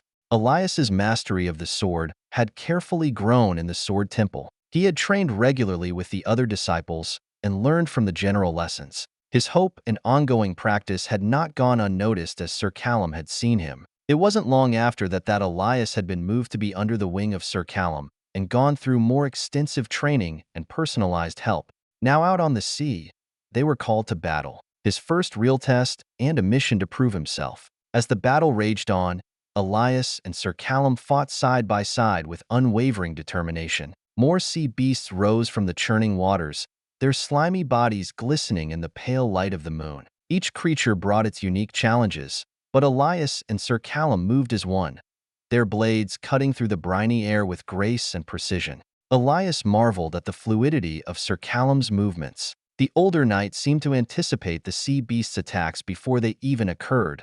His sword worked a mesmerizing dance of steel and fury. Elias did his best to keep up, following his mentor's lead and learning with every swing and parry. 20. Sea Battle. Amid battle, the crew on the ship was a well-oiled machine, too. The archers continued to rain arrows down upon the sea beasts, thinning their numbers. The fire team, despite the chaos, managed to keep a controlled blaze on the water's surface, causing the creatures to shriek and retreat beneath the waves. The sailors scrambled to reinforce damaged sections of the ship and replenish their dwindling supply of arrows and torches. Elias cut off the limbs of the sea beasts. Their tentacles dug into the wooden sides of the ship as they searched for a way over or inside the ship. The ship shifted once more, but this time it was the captain's doing. He spun the helm around and the ship followed. The other boats were also moving as one. "Form up and be prepared to board elsewhere," shouted the captain. "Our comrades require our help." The ship shifted with the waves. Elias watched as one of the sea beasts was knocked off the boat and went under the boat as it turned. The sails pushed them forward and toward the neighboring ships. Two other ships were joining up with theirs. As they got closer, he could see the problem. "Focus, Eli," said his master. He realized then that he hadn't been paying attention to the fight in front of him. Elias raised his sword and brought it down on the monster his master was fighting. It released its tentacles unwillingly and fell into the water while leaking bodily fluids. "We will be part of the support team," said Sir Callum. "The people on the ship will need our help to get back on their feet, otherwise we will lose them. Prioritize the pathways between the lower deck and the starboard side. They will need to douse oil there because we will be on the other side of them. The other ship will send a support team of their own. We also need to be ready to leave if necessary. I will call you when that time comes. Stay close. If all else fails, the ship will be set to blow by its captain. You will hear the emergency bells if that happens. If we can't get to our ship, then the water will have to do." The ship sailed forward and slid into place next to the other ship. Sea beasts had flooded the upper deck of the ship and were currently destroying various things on board. The remaining people fighting on board were few and far between. As the ship came to a stop, Sir Callum jumped onto the other boat. Elias followed shortly behind. The rest of the crew came to support them as well. Volleys of arrows were shot at the beasts that had got aboard. A minute later, the other ship pulled next to them and sent their support crew aboard. Elias fought back against the sea beasts next to his master as the fight devolved into a bloody affair. The captain of the ship they boarded was now dead after being impaled by a tentacle. The fighters on the ship could only slow the boarding of the monsters. Wood cracked around them as the ship slowly tore itself apart. "The captain is dead. Ring the bell. The captain is dead.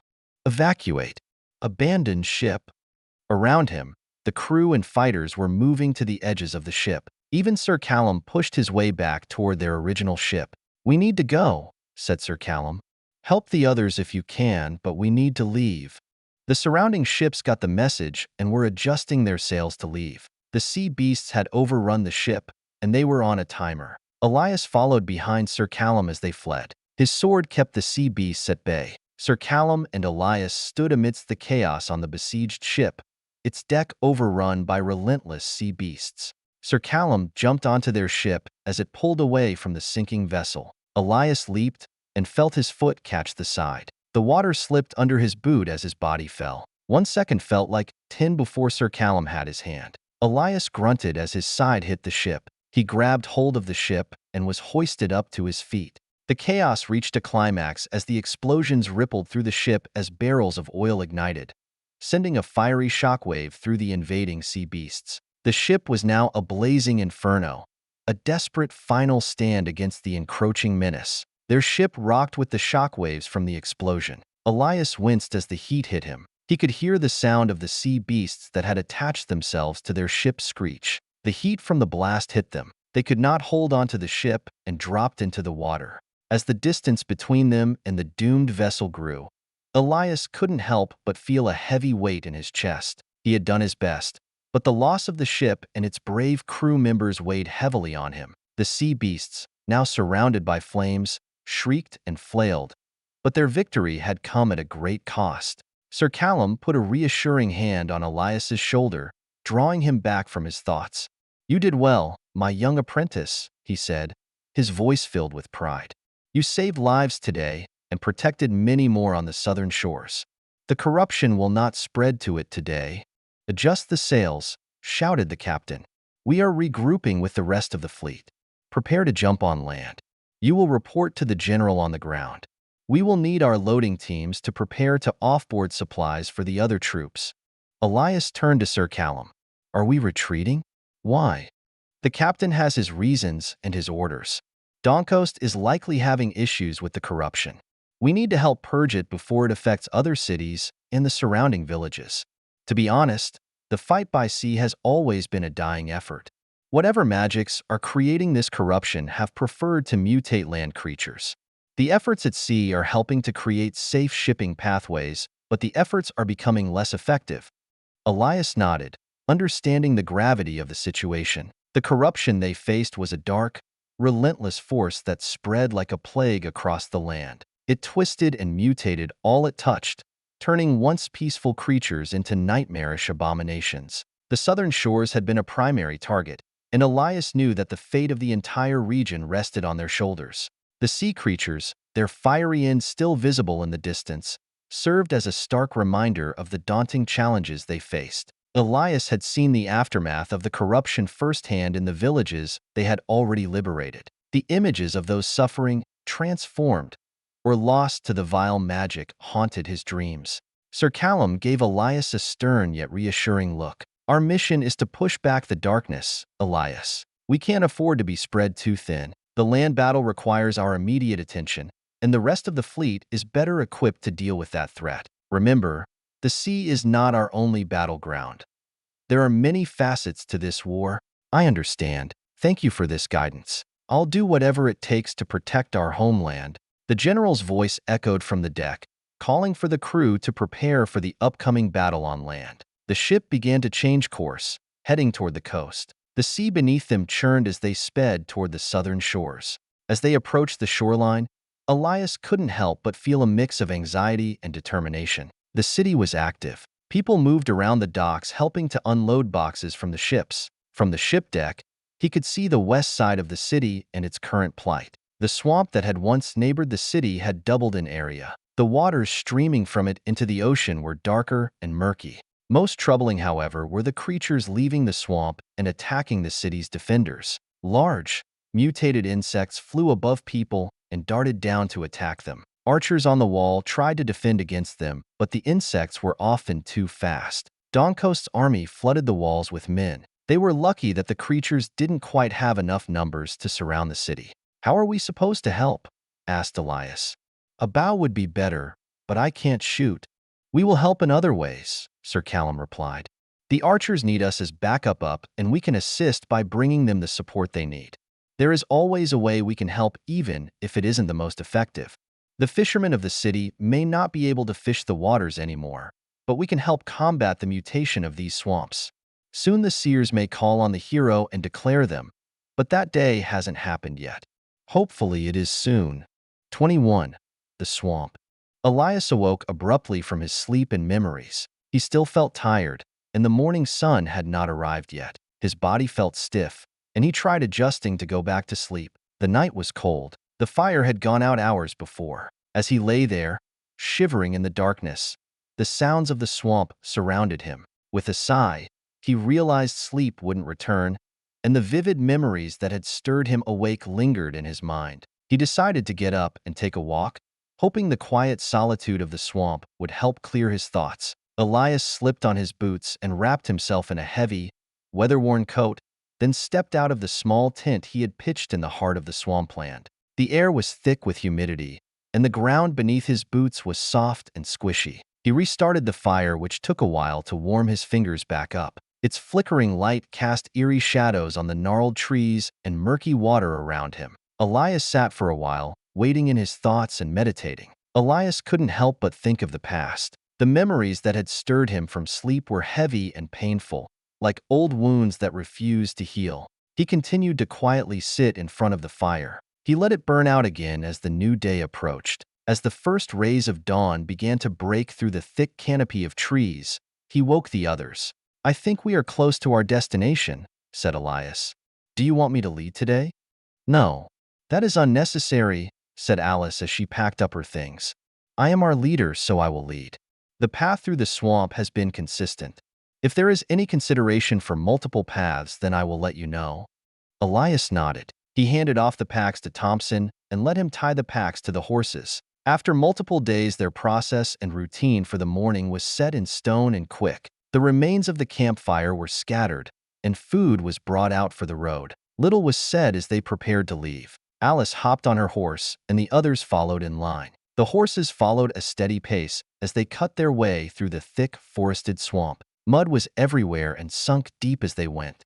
The swamp was quiet as they traveled. Misty fog from the forest had continued into the area. They passed a flowing stream. The water was darker than the surrounding mud. Its smell brought Elias memories of his time on the battlefield. He stared at the water, lost in thought, until Alice's voice broke through his reverie. "Elias, keep your wits about you. We don't know what dangers lurk in these waters," Alice cautioned, her eyes scanning the murky swamp.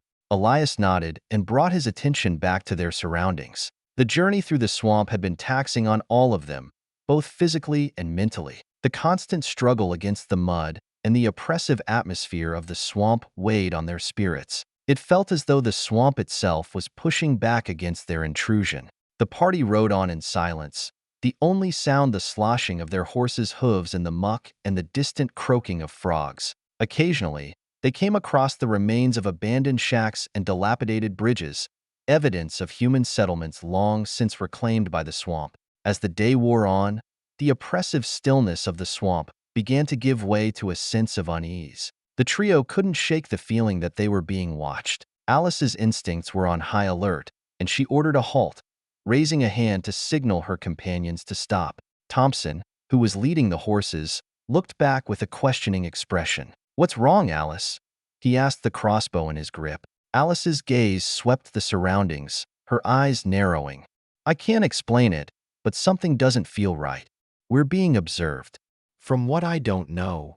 Suddenly, a high-pitched screech pierced the air, and the trio instinctively crouched down, their eyes scanning the treetops. It was then that they spotted them, enormous, mutated bats with leathery wings and glowing red eyes.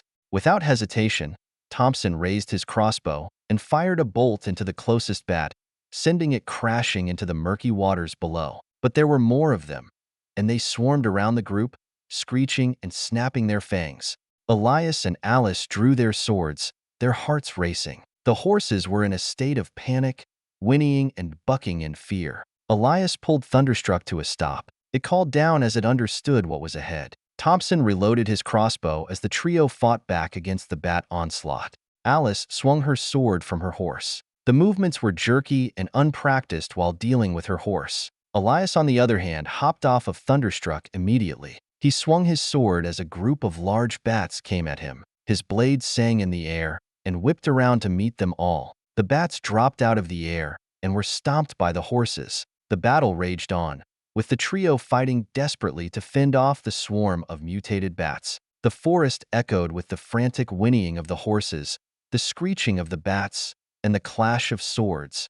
Thompson continued to rapidly fire. His bolts tore through the wings of the bats and caused them to drop low enough for Alice to deal with. Realizing her mistake, she also got off her horse to fight the bats. She held the reins in one hand and her sword in the other. The bats screeched and reached for them with their claws. Alice kept them at a distance to protect the horses. Elias spun his sword on the growing number of bats. As Thompson fired more bolts, he hit multiple enemies with every shot. Elias, his movements fluid and precise, was a formidable force against the winged attackers. He moved with calculated grace, his sword slashing through the air, sending bats spiraling to the ground. His years of training had honed his combat skills, and he showed no sign of fear, even as the bats closed in around him. Alice, despite her initial hesitation, quickly adapted to the chaos of battle. She fought alongside Elias, her sword cutting through the air in a deadly dance. She realized that keeping the bats away from the horses was crucial, and she defended the animals with determination. Thunderstruck, sensing her resolve, kicked and stomped at the bats that came too close. Thompson continued to reload and fire his crossbow, his aim unerring. His bolts struck with precision, piercing the bats' leathery wings, causing them to falter and plummet. He tried to focus on the safety of the group and provided much-needed cover for Alice and Elias as they fought the aerial assailants. At their side, even Thunderstruck had started to pitch in and bit down on the bats flying to close. The ones near death were stomped on as well. The horse's powerful kicks took down the large bats with a single attack. As the trio pushed back against the swarm of bats, Elias shouted, "We need to regroup and find cover. They need to dive through the trees. We can use the more densely forested area as a tool to slow them down. Back on your horses, both of you. I will ride in the back." Desperately, Thompson grabbed some wood and his fire starter to light it on fire. He threw it at the swarm of bats, and they scattered, giving them a few moments to get back on their horses. Alice hopped onto her horse, and it was eager to run. She slashed at nearby bats, but her sword hit only air. "We need to go," shouted Alice. She kicked the horse and pulled on the reins to turn toward the nearest open area. Thompson followed behind. Elias grabbed for Thunderstruck's reins and put a foot in the stirrups.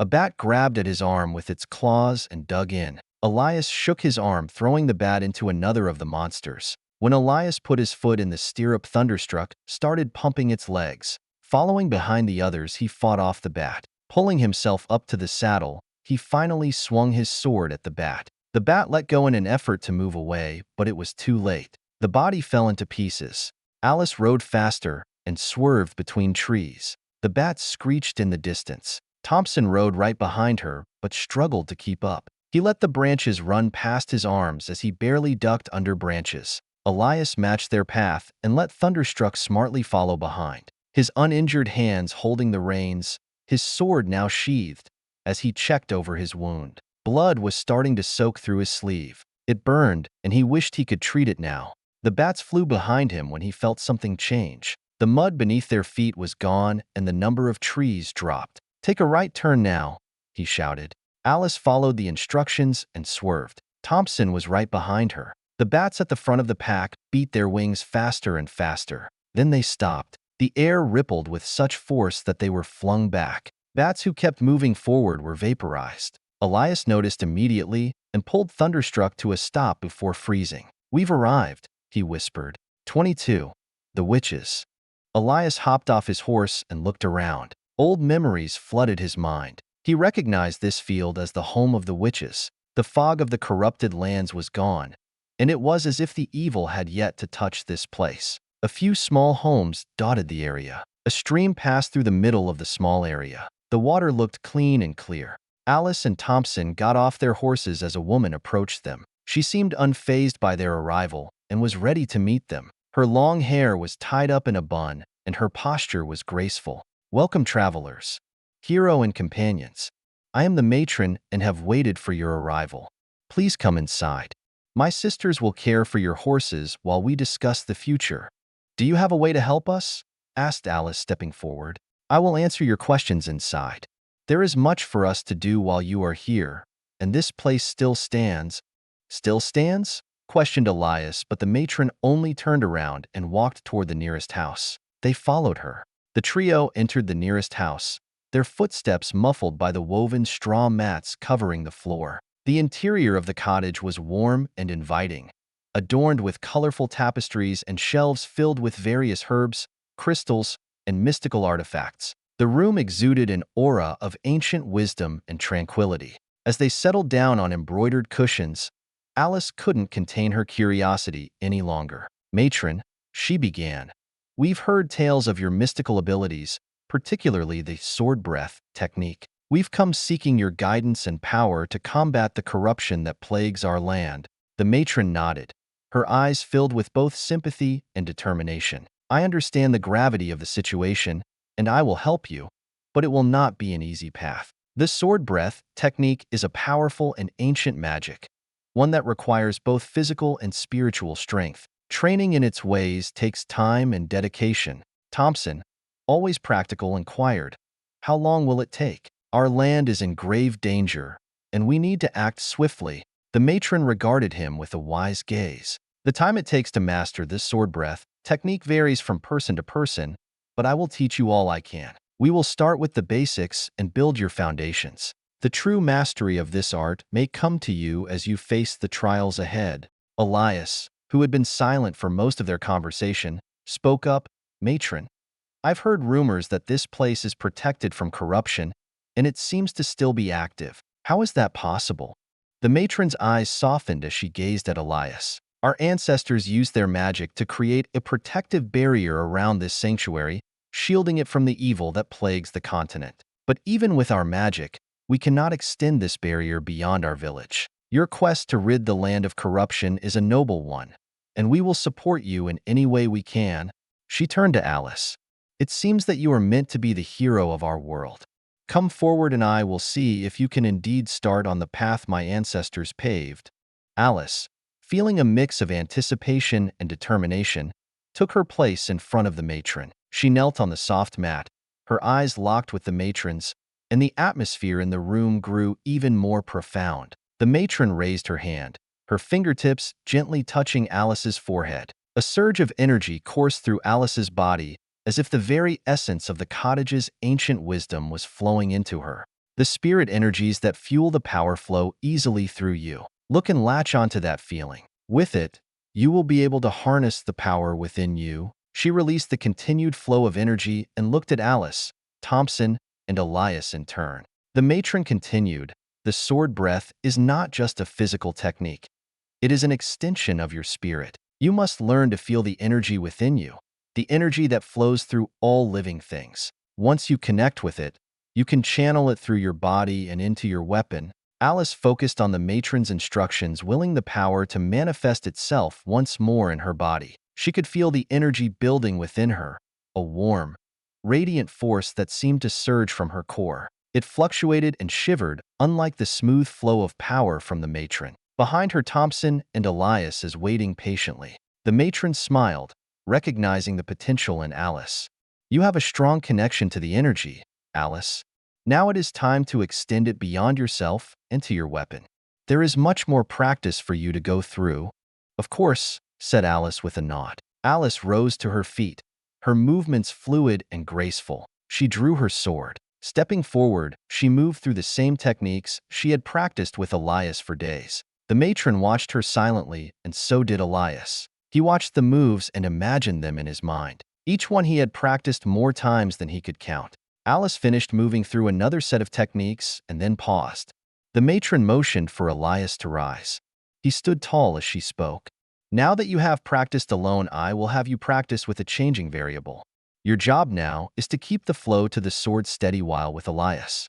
It doesn't have to be of the same strength right now, but all that matters is stability. Thompson, why don't you step out with me while they practice?"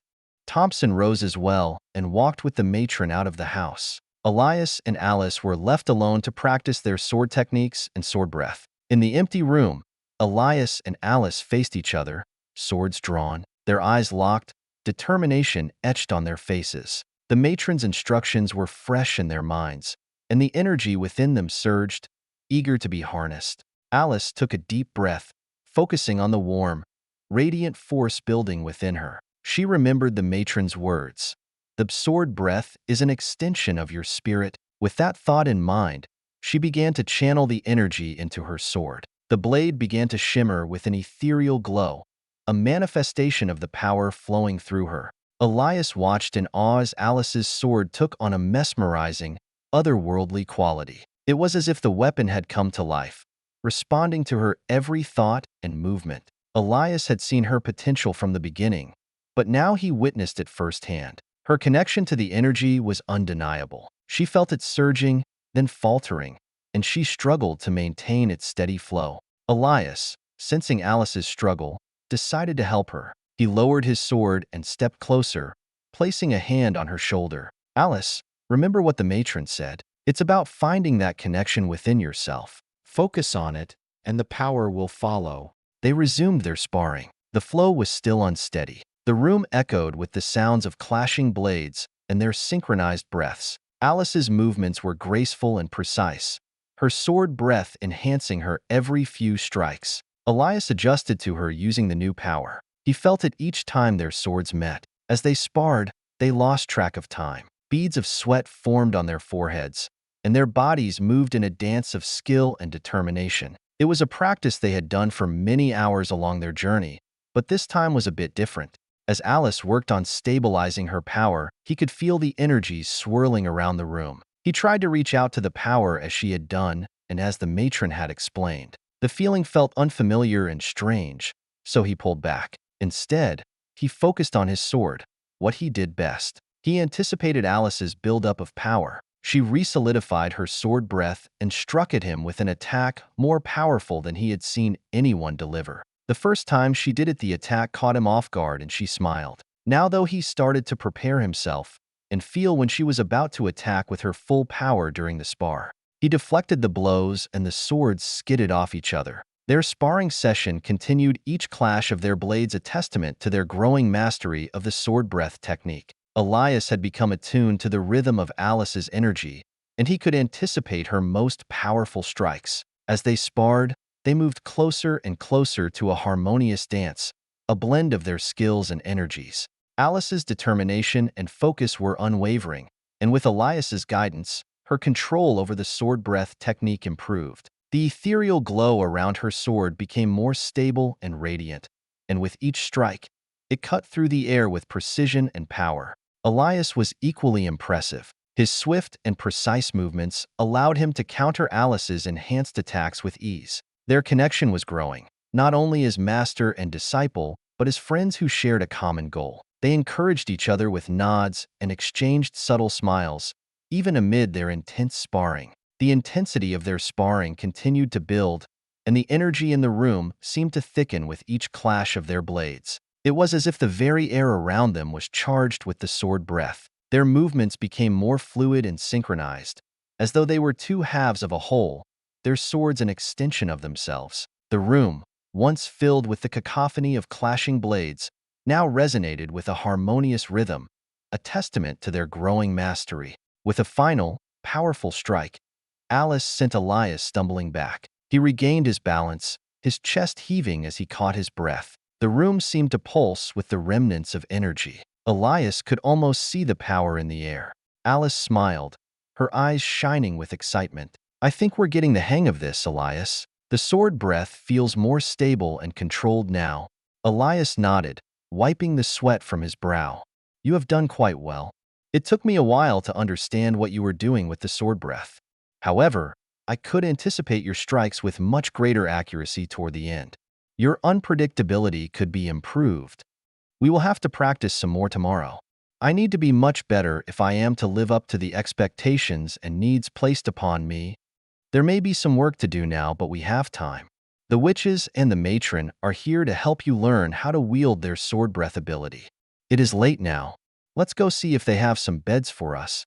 As Elias and Alice exited the training room, they were welcomed by the cool embrace of the night. The moon hung in the sky like a silver lantern, casting an ethereal glow on the vast gardens of the matron's estate. They followed a winding path lined with exotic, fragrant flowers until they reached a courtyard where the matron awaited them. How did your training go? She inquired with a serene smile. Elias took a step forward and replied, It went well, matron. We made significant progress with the sword breath, and Alice's control has improved remarkably. But there's still much to learn. Alice nodded in agreement. Yes, there is much more to master. We appreciate your guidance and the opportunity to train here. The matron's smile deepened. I'm pleased to hear of your progress. You've worked hard today, and I'm sure you must be hungry. Rooms have been prepared for you in the East Wing, and Thompson is waiting there in preparation for his training tomorrow. With gratitude in their hearts, Elias and Alice bowed to the matron. Thank you, Elias said. We will head to our rooms and then join Thompson." The matron's eyes twinkled with kindness as she spoke. "Rest well, my young apprentices. Tomorrow, the journey of mastery continues. The secrets of the sword breath are within your reach." 23. The sword breath.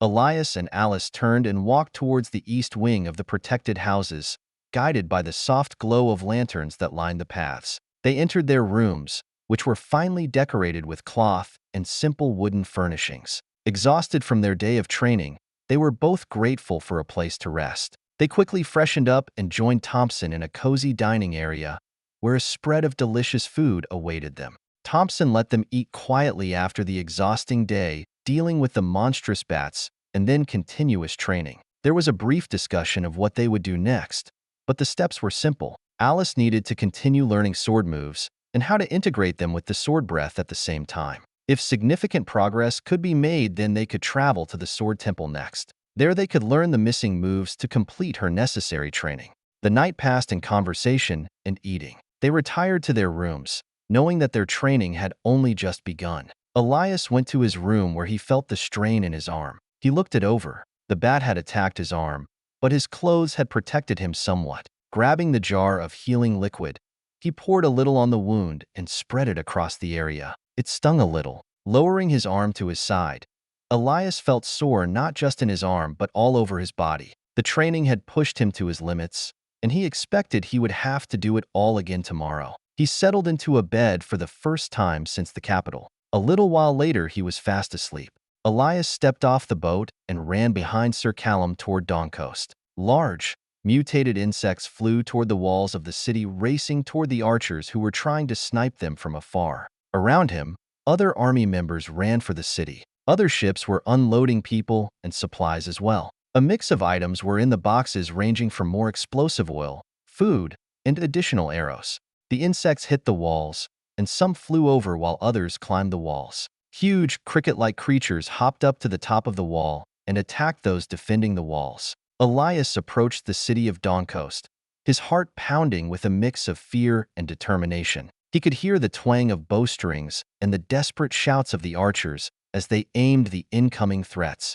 As he got closer, Elias joined the ranks of his fellow soldiers, who were unloading supplies from the ships. They hurriedly worked to stockpile the city's defenses with more explosive oil, food, and additional arrows. The cargo was vital, a lifeline to the besieged city, and every box they carried felt like a small victory. Elias locked eyes with Sir Callum, who as a senior leader was barking orders and rallying the troops. The older man hadn't slowed at all after getting off the boat. "Elias," Sir Callum yelled over the chaos, "we need to get those supplies to the archers on the north wall. It's getting overrun."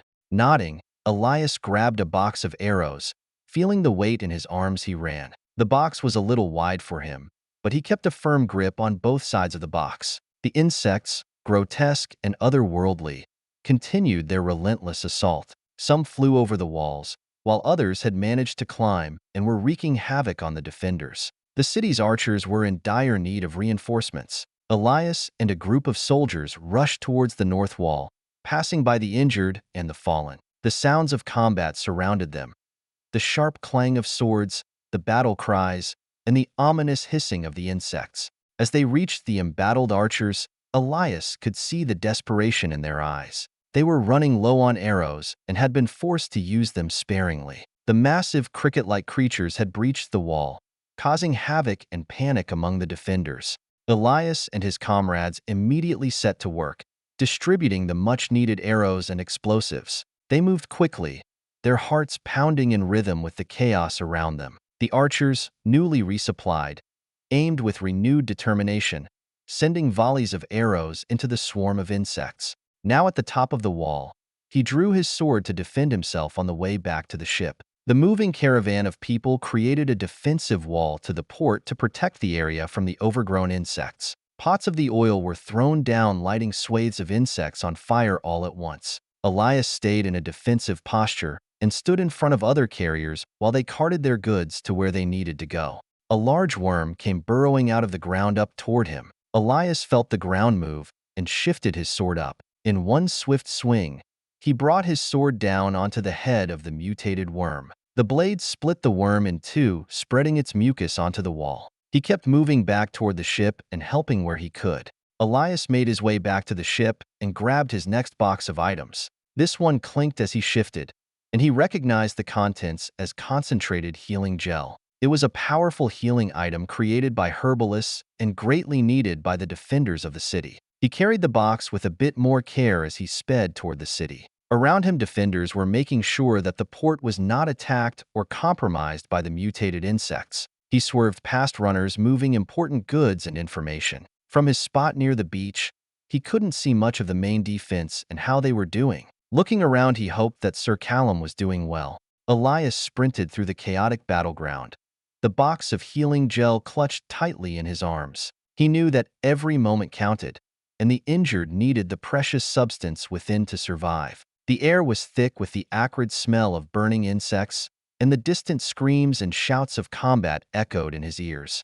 As he reached the heart of the defensive effort, he saw Sir Callum leading a group of knights in a valiant charge against the monstrous invaders. Elias admired the courage and resolve of his mentor, who was a seasoned warrior and a master of the sword. With Sir Callum on the front lines, there was hope for the city's defenders. Elias spotted a makeshift medical station nearby, where a group of healers and medics were tending to the wounded. He gently placed the box of healing gel on a table, and the grateful medics immediately began to distribute the much-needed substance to those in dire need. The soothing glow of the gel provided a stark contrast to the chaos that surrounded them. Moving so close to the fighting, he was able to see most of the field that he had spotted from the ship. Elias spotted a trio of unique fighters defending the city. In between the chaos of the burning and destroyed areas, witches used their magic to clear out the insects. They raised their hands in the air and power swirled around them. The fires died out in a circle around them as the smoke blew away. Elias felt the rush of power, and his chest thrummed with the energy. Elias watched in awe as the trio of witches continued their incantations. Their chanting grew louder, their voices harmonizing with the elements. The air around them crackled with energy, and the ground trembled beneath their feet. It was a sight to behold, a stark contrast to the destruction and despair that had taken hold of the city. As the witches raised their hands higher, a radiant light began to envelop them, and it expanded, forming a protective dome around the makeshift medical station. The mutant insects screeched and hissed, unable to penetrate the barrier of pure energy. Elias, with his heart pounding and his curiosity piqued, couldn't take his eyes off the witches. Their power was unlike anything he had ever witnessed. They summoned a solid sword of shimmering energy, and with a swift and deliberate motion, they sent it slicing through the horde of mutant insects. The sword's radiant blade cut through the swarm like a hot knife through butter, scattering the creatures and reducing their numbers with each swing. Elias felt a strong pull towards the source of the magical energy, an irresistible urge to be closer to the witches and their incredible power. He could feel the energy flowing through the air, tingling in his fingertips. The power of the witch's magic was palpable, and it stirred something deep within him. He had always felt a connection to the mystical, but this was unlike anything he had ever experienced. With one final blast, the witches sent any nearby insects flying back while the knights and swordsmen moved into position. Shields were raised against the insects, and the walls were reinforced by more men. Another volley of arrows and oil was launched while the insects were pushed together and further away. Elias took a step back, realizing that now was the best time for him to retreat and collect more supplies for the troops. As he made his way through the chaos of the city, he passed by clusters of fighters doing their best to fend off the mutant insect threat. Elias reached the port and quickly gathered supplies. He loaded up on arrows, oil flasks, and medical supplies, making sure to grab extra bandages and healing herbs. His eyes could barely see over the top once he got moving. People around him hurried to grab what else they needed. For now, the main issue was patching up the wall and sealing it back up. The knights and witches had moved up into the field to push back the creatures while the repairs were worked on. Pieces of the old broken stone were thrown back onto the wall and piled up along with the necessary glues and additional stone. Elias carried his box of items toward a safer area of the wall. He brought it to the steps on the wall where other soldiers grabbed the items from him. The chaos on the wall was intense. The knights, witches, and other defenders were doing their best to hold back the swarming insects, but the relentless assault continued. Elias watched as a group of knights kept the creatures at bay. The air was filled with the clanging of swords. The witches had retreated and were now out of energy. The magic that had surrounded them had dissipated, leaving the defenders without that extra layer of defense. It was up to the knights and swordsmen to hold the line and push the mutant insects back. Elias knew he had to do his part. He drew his sword and joined Sir Callum and the other knights. The air was thick with the acrid smell of burning insects, and the knights' swords flashed in the sunlight as they clashed with the mutant creatures. The metallic ring of steel against chitin filled the air, and Elias focused on his training, parrying the attacks of the grotesque insects. Elias's sword whirled through the air as he struck down mutant insects one after another. His movements were precise and efficient, his strikes finding their mark with deadly accuracy. The knights fought as a cohesive unit, covering each other's backs and forming a formidable line of defense. Sir Callum's leadership was a beacon of hope amidst the chaos. He shouted orders and encouragement to his knights, guiding them in their battle. Elias's muscles ached and sweat dripped from his brow as he continued to fight. The insects were numerous and unrelenting, but the defenders were resolute. He pushed through despite the exhaustion. The men around him had been fighting for longer and still kept going. As the repairs to the wall continued, Elias noticed a group of soldiers, including some skilled stonemasons, working diligently to fortify the breached section. They were using the salvaged stones and a quick-drying adhesive to rebuild the damaged barrier. It was a race against time, and every moment counted. 24. Meditation.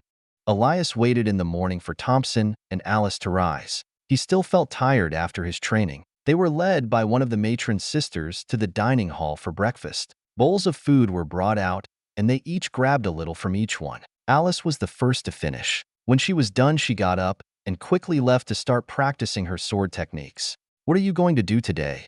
Elias asked Thompson. "Physical training to start with. After that, there are moving targets set up for me to practice with. I'm not sure what else I'll do today, but that will be the first thing. I suppose that you will be joining Alice in sword practice. Something like that. Maybe some personal training as well." Elias felt the fading markings on his arm from the bats. "I think I need to start with some stretches after that intensive practice yesterday."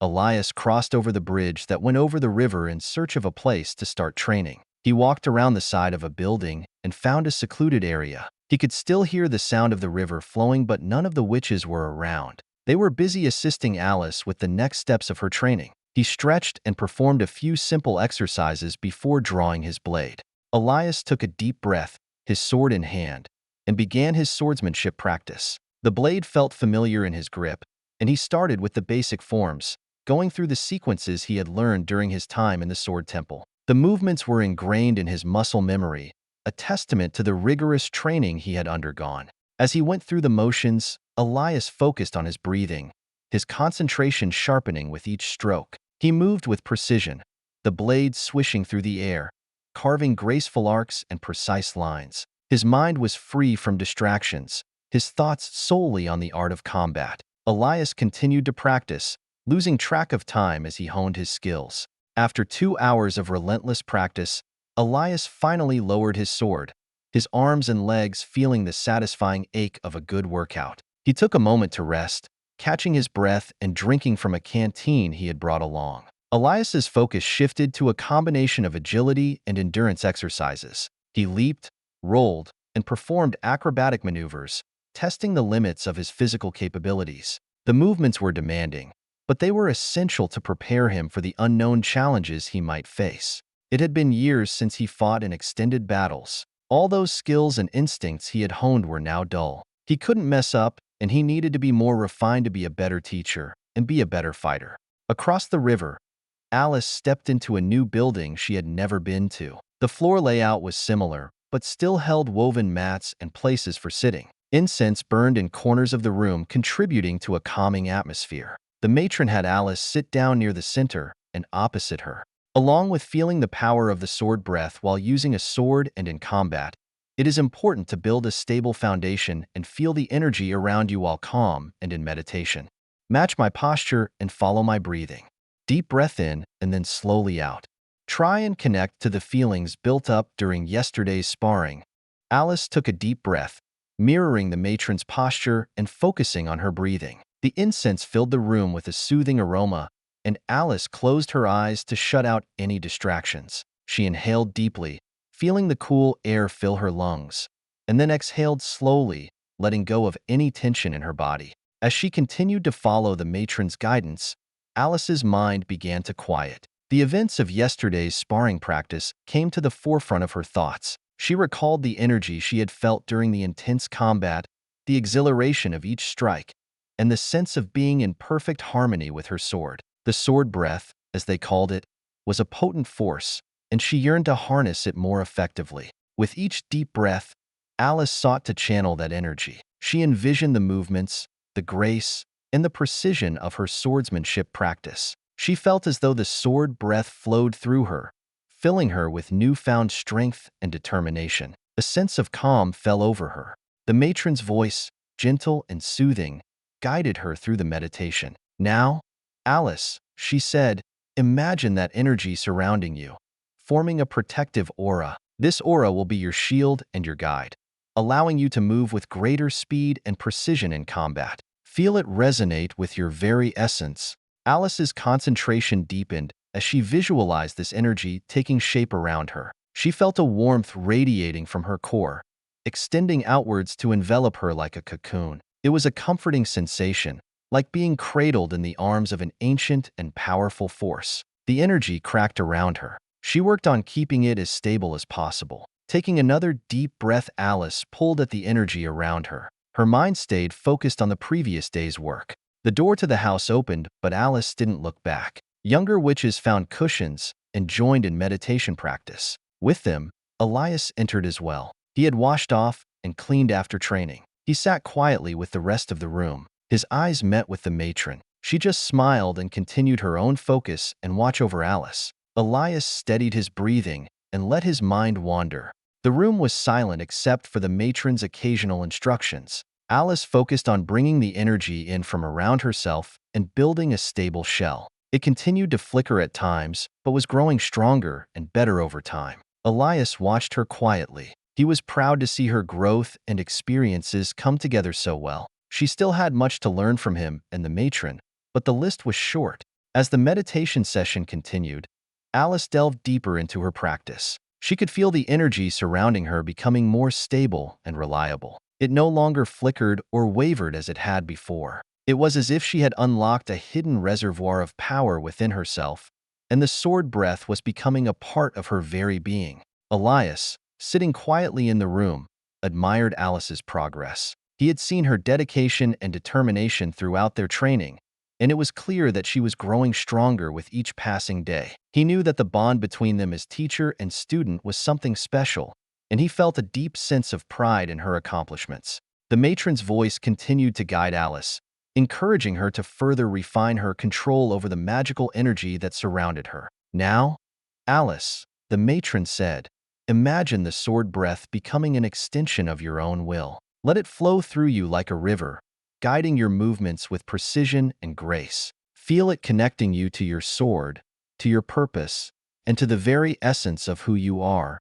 Alice focused on the matron's words, and the energy around her responded to her intent. She could sense the connection between herself and the sword breath growing stronger, like a thread of pure energy linking her to the weapon she had trained with for so long. It was a profound sensation, and she knew that she was on the right path. It was connecting to her body and soul, strengthening it and refining it. As the meditation session neared its end, Alice slowly opened her eyes. The room had become even quieter, and the younger witches who had joined the practice were still deep in their own meditations. Elias was watching her with a proud smile, and the matron's expression was one of satisfaction. Alice stood up and approached Elias, a sense of accomplishment radiating from her. "I felt it, Elias," she whispered. "I felt the sword breath become a part of me, like an extension of my very soul." Elias nodded in approval.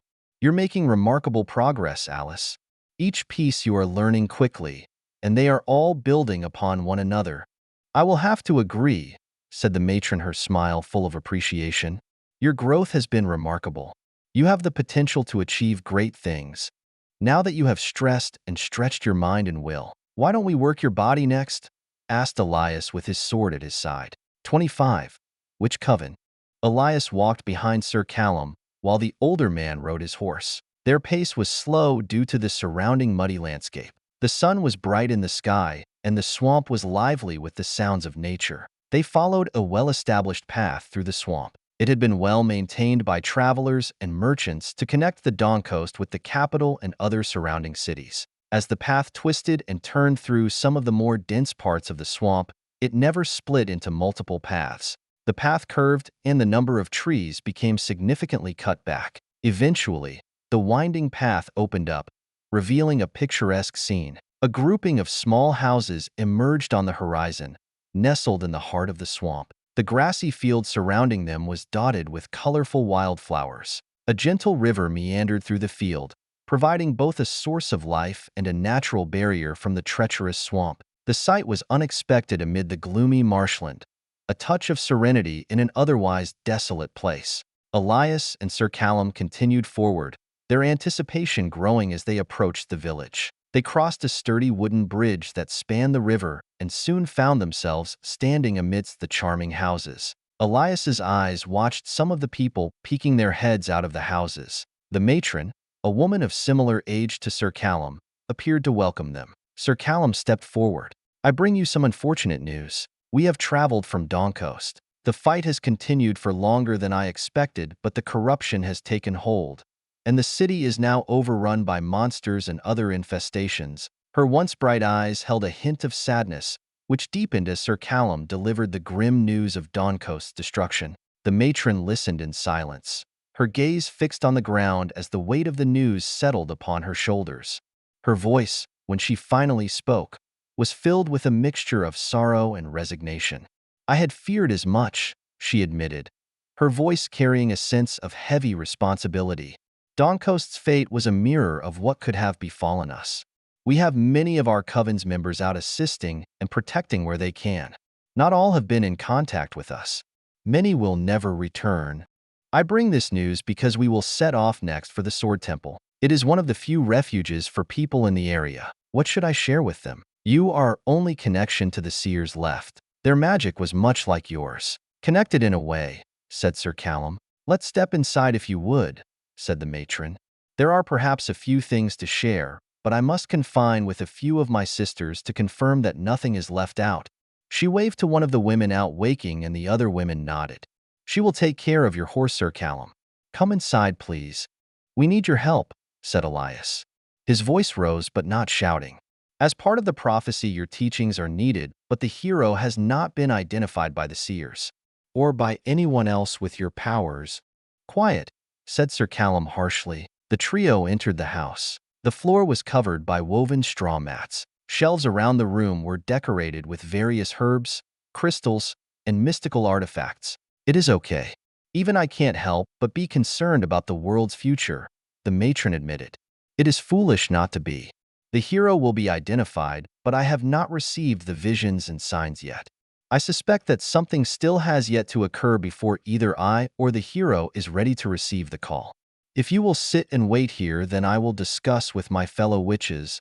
The matron stepped back and exited the room, allowing Elias and Sir Callum to wait in silence. Elias and Sir Callum watched the matron disappear behind a heavy wooden door. The two of them exchanged glances and then found a spot on the straw mats to sit and wait. A side door opened, and apprentice witches joined them in waiting. The group of half-dozen women found spots to sit. They wore dark robes and had sashes on their arms to indicate their rank. Elias looked them over. No one said anything. The witches waited in meditation, their bodies resting but their minds open. Their breathing followed a steady rhythm and synchronized with one another. Elias felt himself trying to relax his mind as well and meditate in his own way. As they waited, the apprentice witches continued their silent meditation, their eyes closed and their faces serene. Elias observed them curiously, noting the deep connection they seemed to have with the unseen world. As the minutes passed, Elias couldn't help but steal glances at the mystical artifacts adorning the shelves. Crystals of various shapes and colors glistened with an otherworldly light. Herbs and plants, dried and bundled together, emitted a fragrant and soothing aroma that filled the air. Each artifact seemed to hold a piece of the coven's ancient wisdom, knowledge passed down through generations of powerful witches. Time passed slowly, and Elias couldn't help but fidget with impatience. The weight of the world rested on their shoulders, and the fate of Dawncoast and possibly all of humanity hung in the balance. Finally, after what felt like an eternity, the heavy wooden door creaked open, and the matron returned. "We've discussed the matter, and it's clear that our magic alone won't reveal the hero," she began. "Not at this time, at least. We have, however, decided to perform a ritual while you are here. Perhaps it was an omen or something else, but you represent one half of the prophecy as well. Without the sword techniques from the Sword Temple, the hero's journey and knowledge to defeat the evil and corruption once and for all won't happen. What do you need us to do while we are here?" asked Sir Callum. "While we may not be able to find the hero currently, they do exist. What I would like to do is use this ritual to see what we can do presently to help the hero along, so to speak. How the results will manifest, I don't know. The ritual, however, is best done soon. You have a sword temple to defend. Follow me to the ritual room." Elias and Sir Callum rose from their spots on the straw mats, feeling a mix of curiosity and anticipation. They followed the matron and the apprentice witches through a labyrinth of candlelit corridors adorned with symbols and runes. The apprentice witches hurriedly prepared the new room for the ritual. A few older witches were called into the room. The air was thick with the scent of incense. The group arrived at a chamber that was unlike any other they had seen in the coven. The room was dominated by a massive, circular stone altar, upon which various magical items were placed. Candles burned around the perimeter of the room, casting an eerie, flickering light. The air seemed charged with an electric energy that sent shivers down their spines. The matron gestured for Elias and Sir Callum to stand at the center of the room, facing each other. She explained, "This ritual will be a merging of your destinies, a bond between you two and the hero who is yet to be revealed. It will help guide the hero along the path they must walk. Trust in the magic and let it flow through you." The witches around them whispered unknowable words. Elias and Sir Callum closed their eyes and allowed the magic to envelop them. They felt a tingling sensation, like a current of energy passing between them. The magical energy swirled around Elias and Sir Callum, connecting them in a way they couldn't fully comprehend. The matron, her eyes closed, chanted softly, her voice rising and falling in harmony with the apprentice witches. It felt as though time itself had slowed, and the boundaries between the physical world and the mystical realm were blurred. Then, in a sudden rush, the magic flowed back to the matron, who stood at the head of the altar.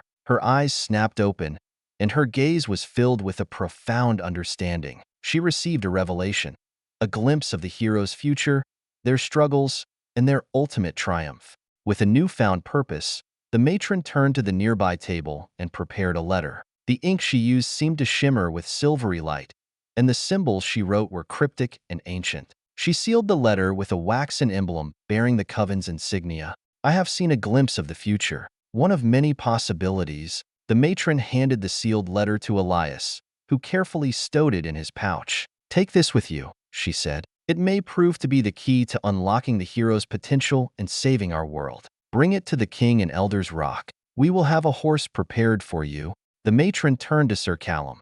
"Your destiny still lies in the Sword Temple. Protect and prepare."